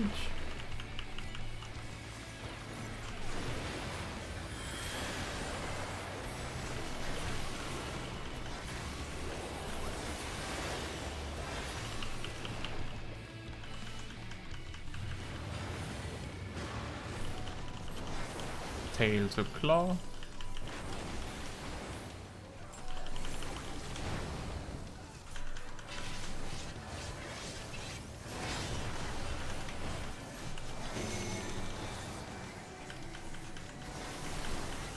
There's no point using the big cooldown now. That's just the circle.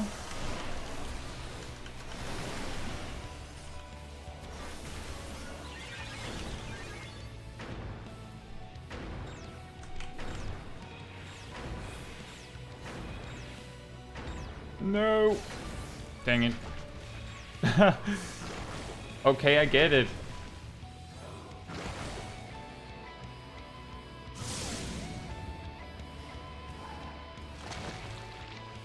Ow.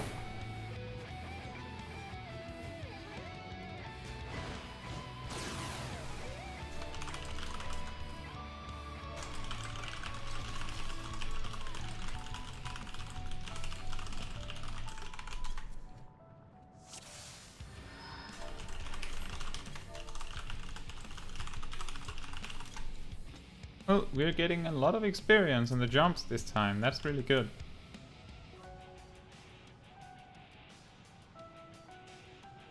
So the problem is that if you take the arc too far out, then you're not gonna make it.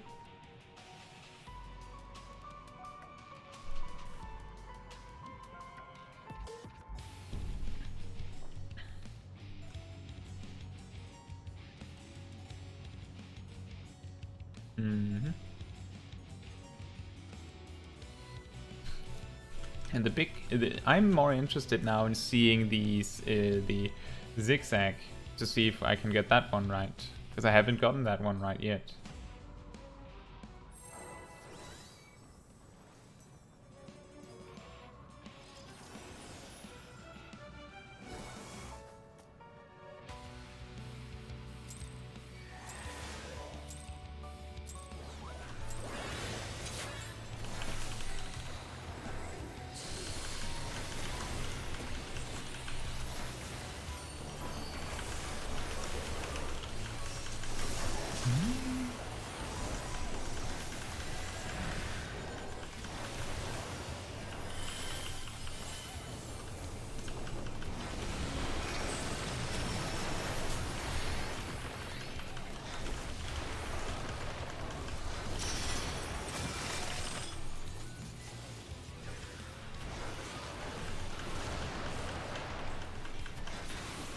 Good thing is that people are having a lot of discussion on how to deal with the jumps.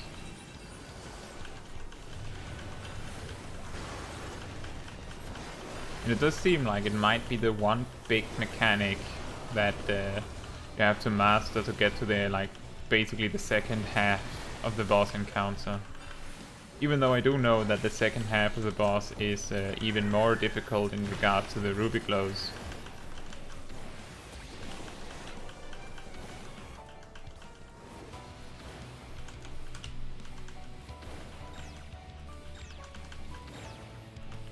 This was a very easy configuration.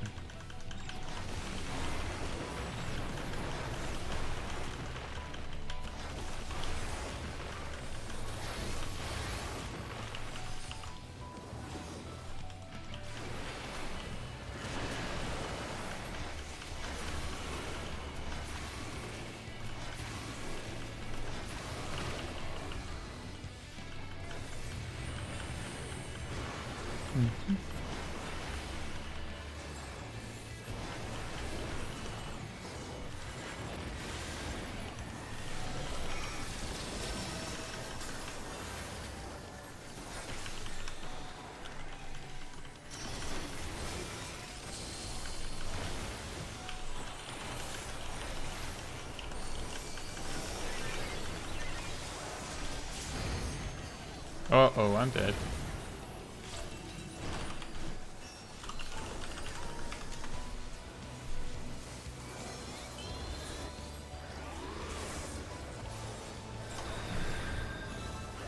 That also messes up my cooldown management, because it resets me to Bahamut. I'm also dead.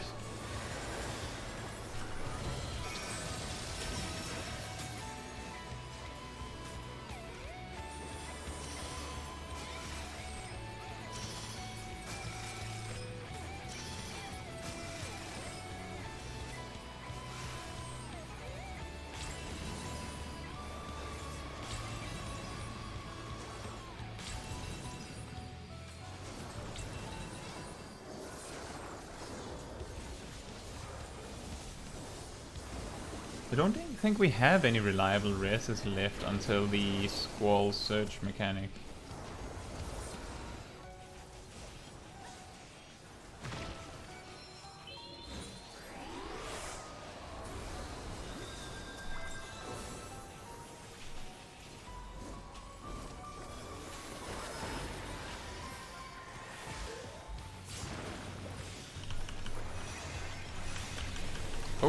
Oh no.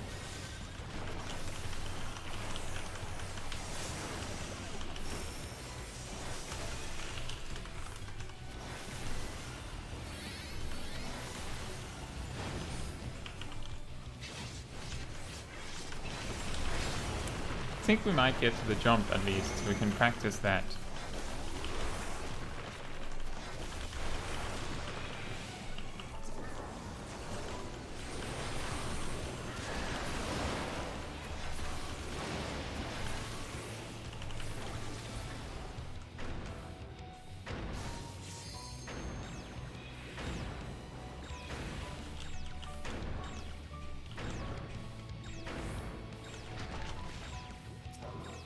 We did it! We're dead!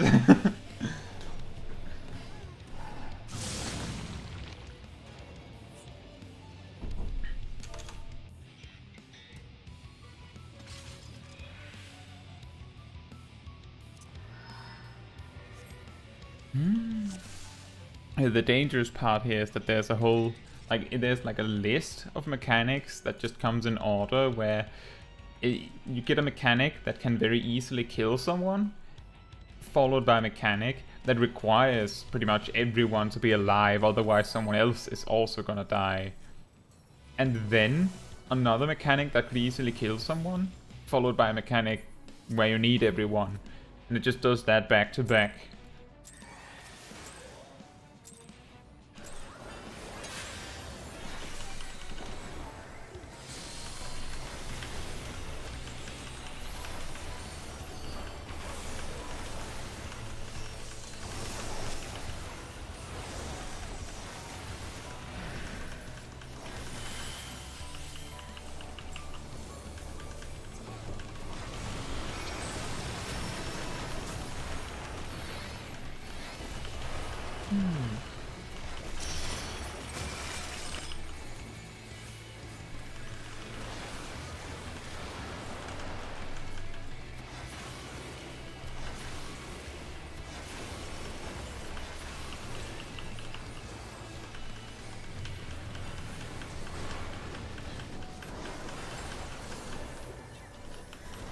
On the bright side, I remember yesterday how much more difficult just this first part was. There's been a lot of progress, at least for me.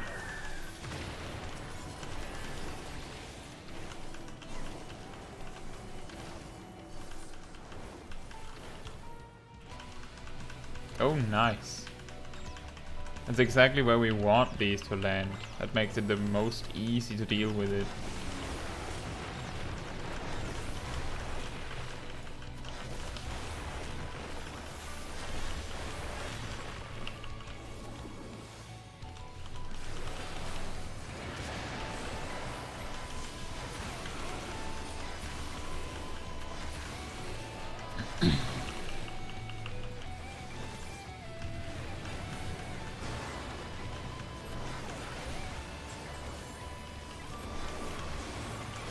And the ruby glove.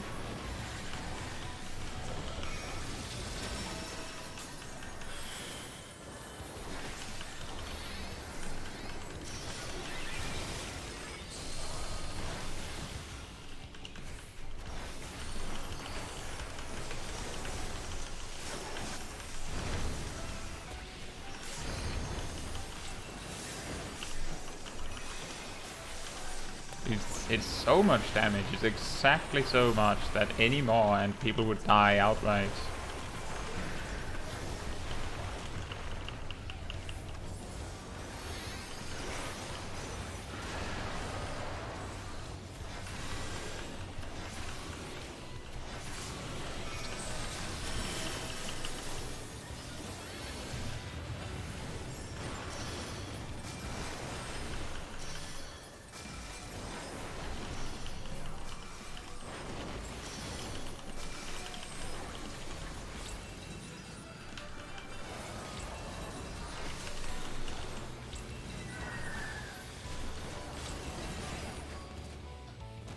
Oh.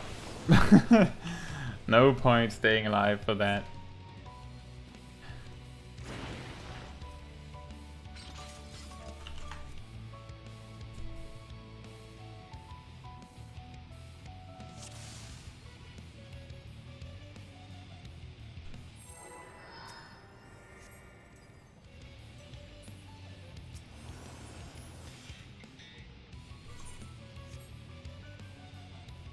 Just going straight in again.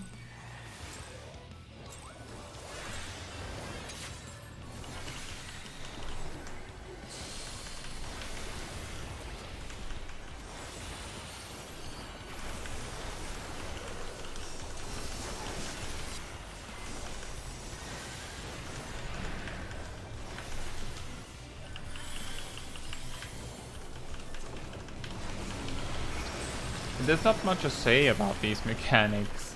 It's been done so many times now. It's just do the thing.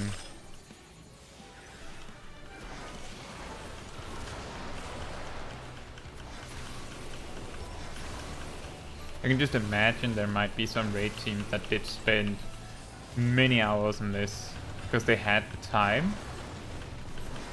They just didn't get one specific mechanic. So many hours, just repeatedly. That must be tough.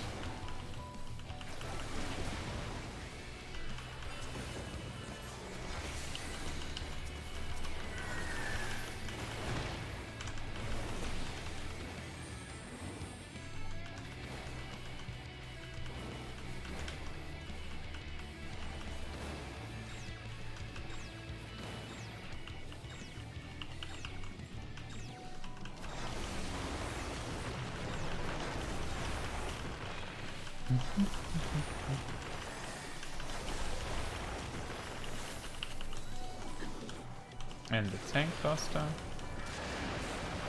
And the tank switch.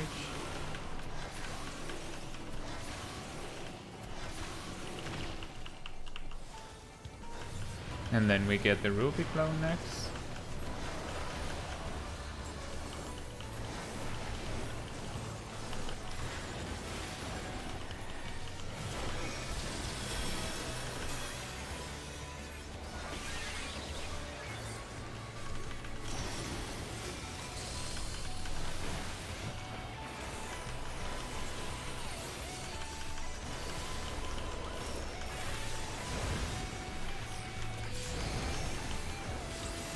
Oh, someone missed the Q on that.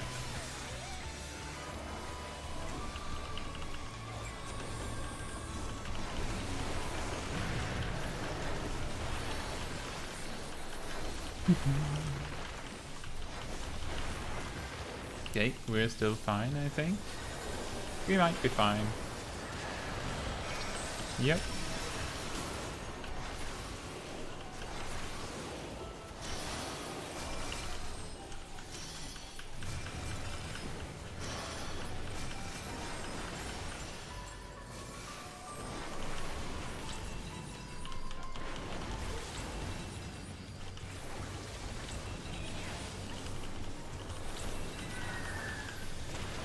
Everyone got through it. That is awesome.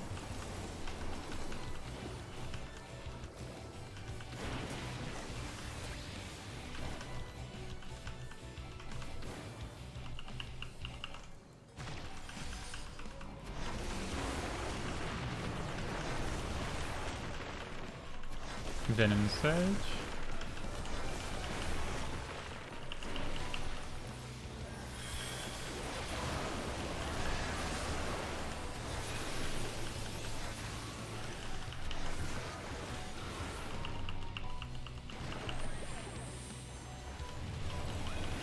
Claw to tail.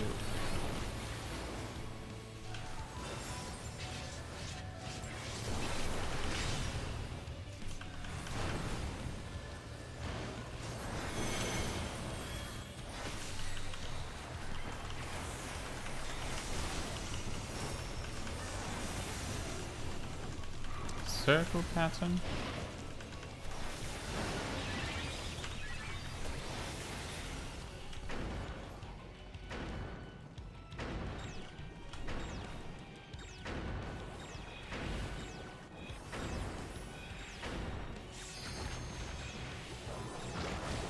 Uh-oh. Oh no. There's a little bit of confusion, yeah. I don't think anyone was expected to get this far.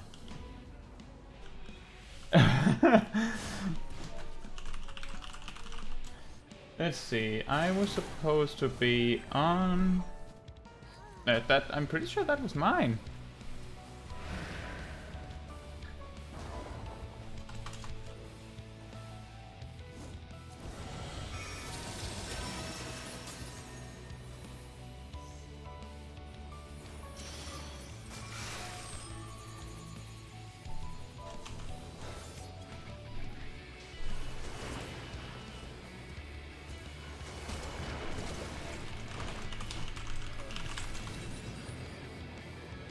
Jump puddles.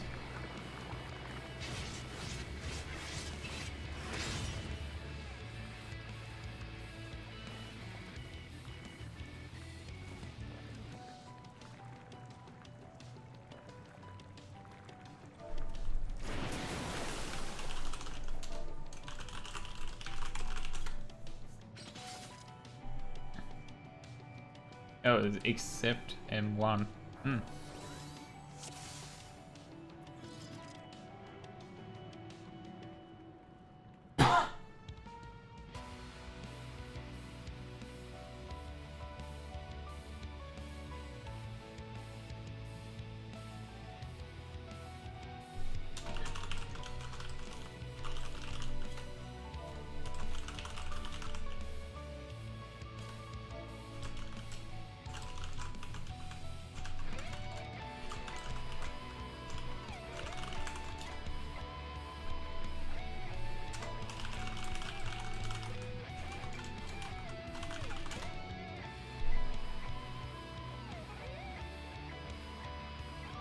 Hmm.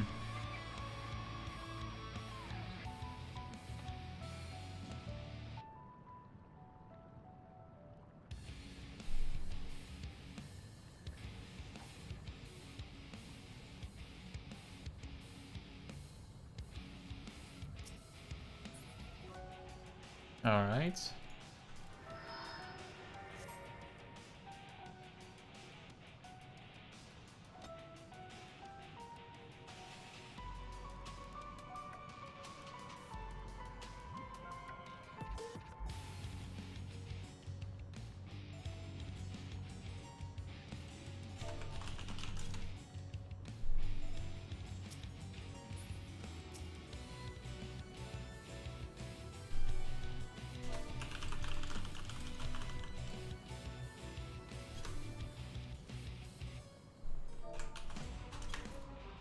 Hmm.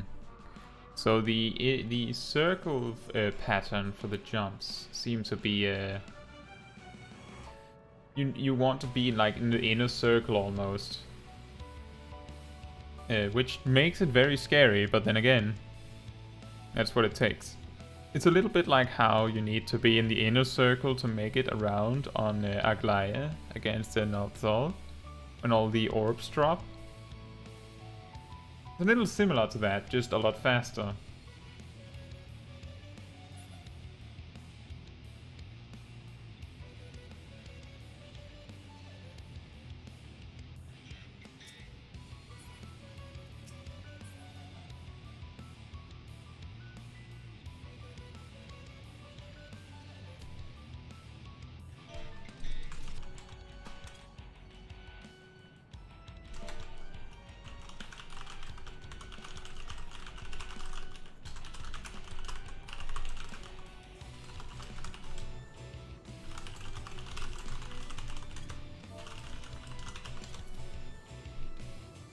A little bit more talk about jumps.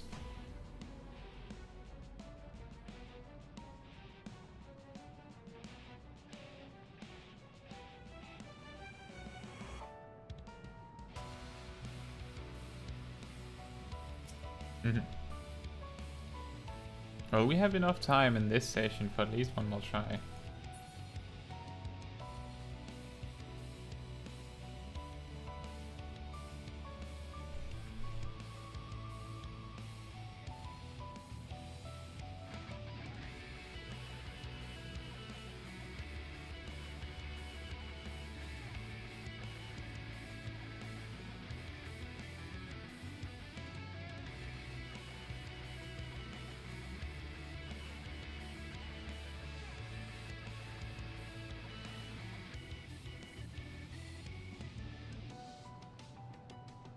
Oh dear.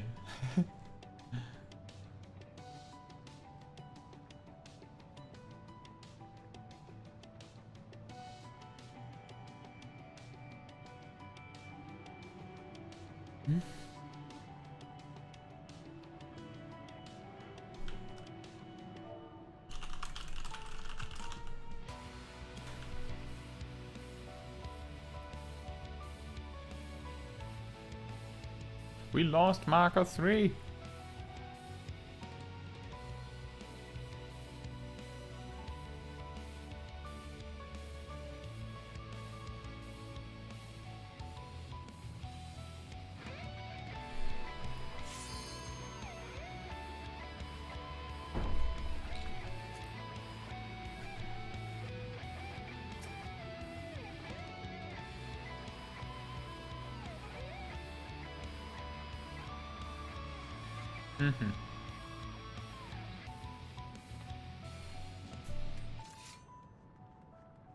Yeah, this is the last try for this session at least.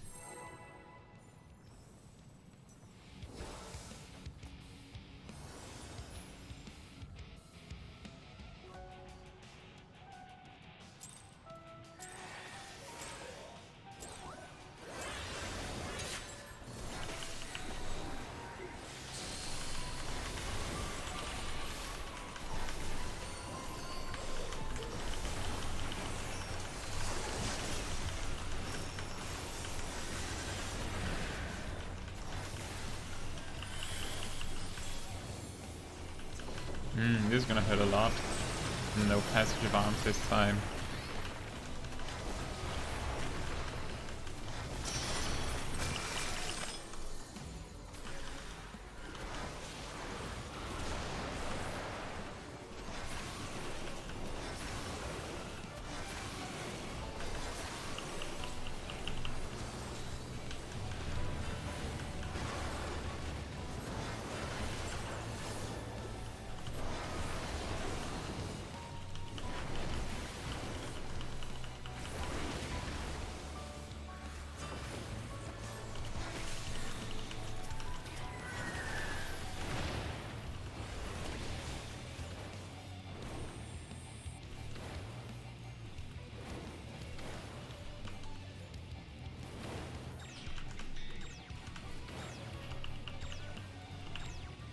Having these fixed patterns helps so much with planning.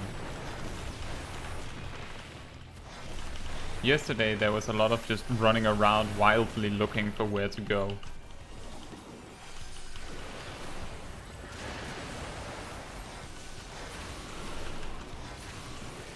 You just have someone lead and then the other one just follows, but it seems like there's a... Then we figured out that was a reliable pattern to where the puddles appear.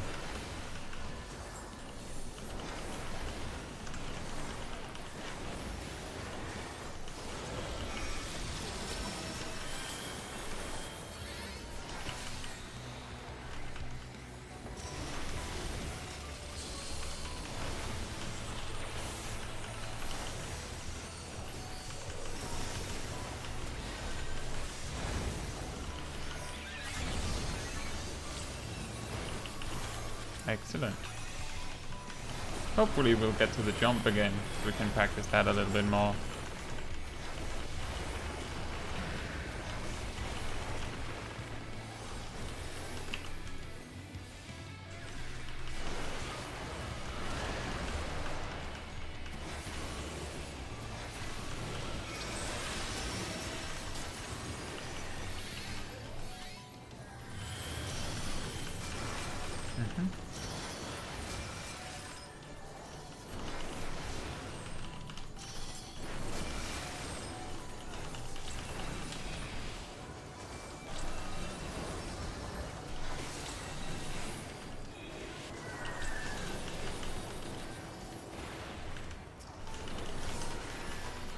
Just got sniped by the damage down debuff, it seems.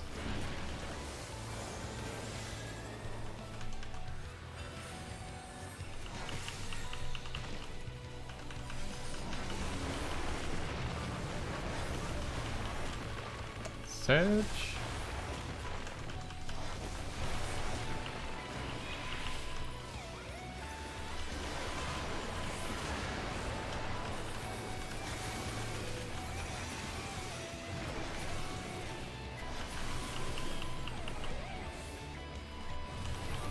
Very interested to know why our healer decided to stand so far off to the side for that one.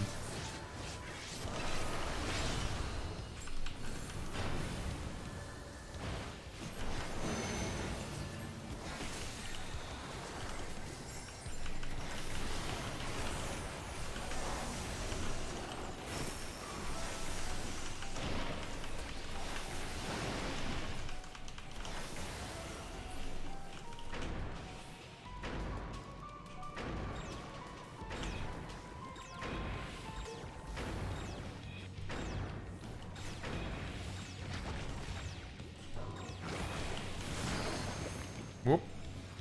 Ow.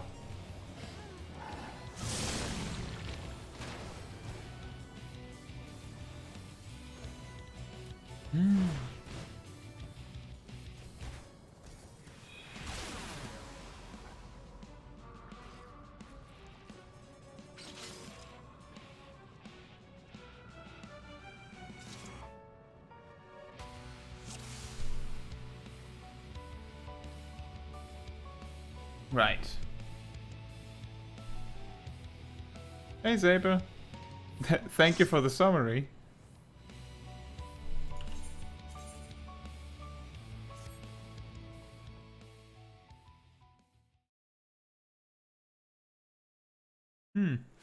That is a very interesting order.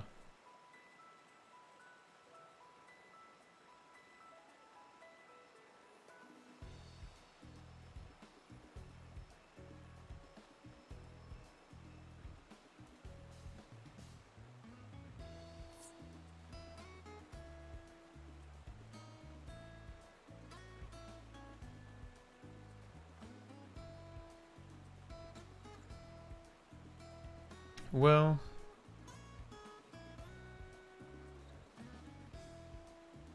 I think that might be it for me too then.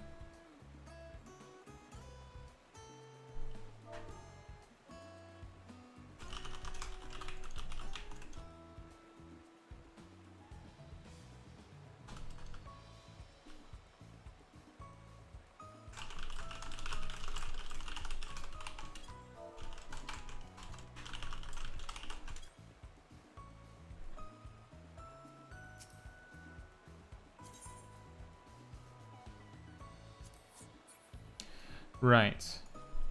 So, I think I'm gonna say that that was that. Yesterday we had a little bit of a very long stream in comparison, and today we have it a little bit shorter. We had a little bit of problems finding a good session, but we did end up with a good session at the very end. Yeah, we didn't get much further, but we kind of got the jumps down. I did. I got the jumps down. At the very least. At least half of them, if not all of them. Don't know how it'll go next week or next time. But thank you all for thank you to everyone that's been watching. And if you're from the future, hope you liked watching me tend to my island. See you guys very soon. And good night.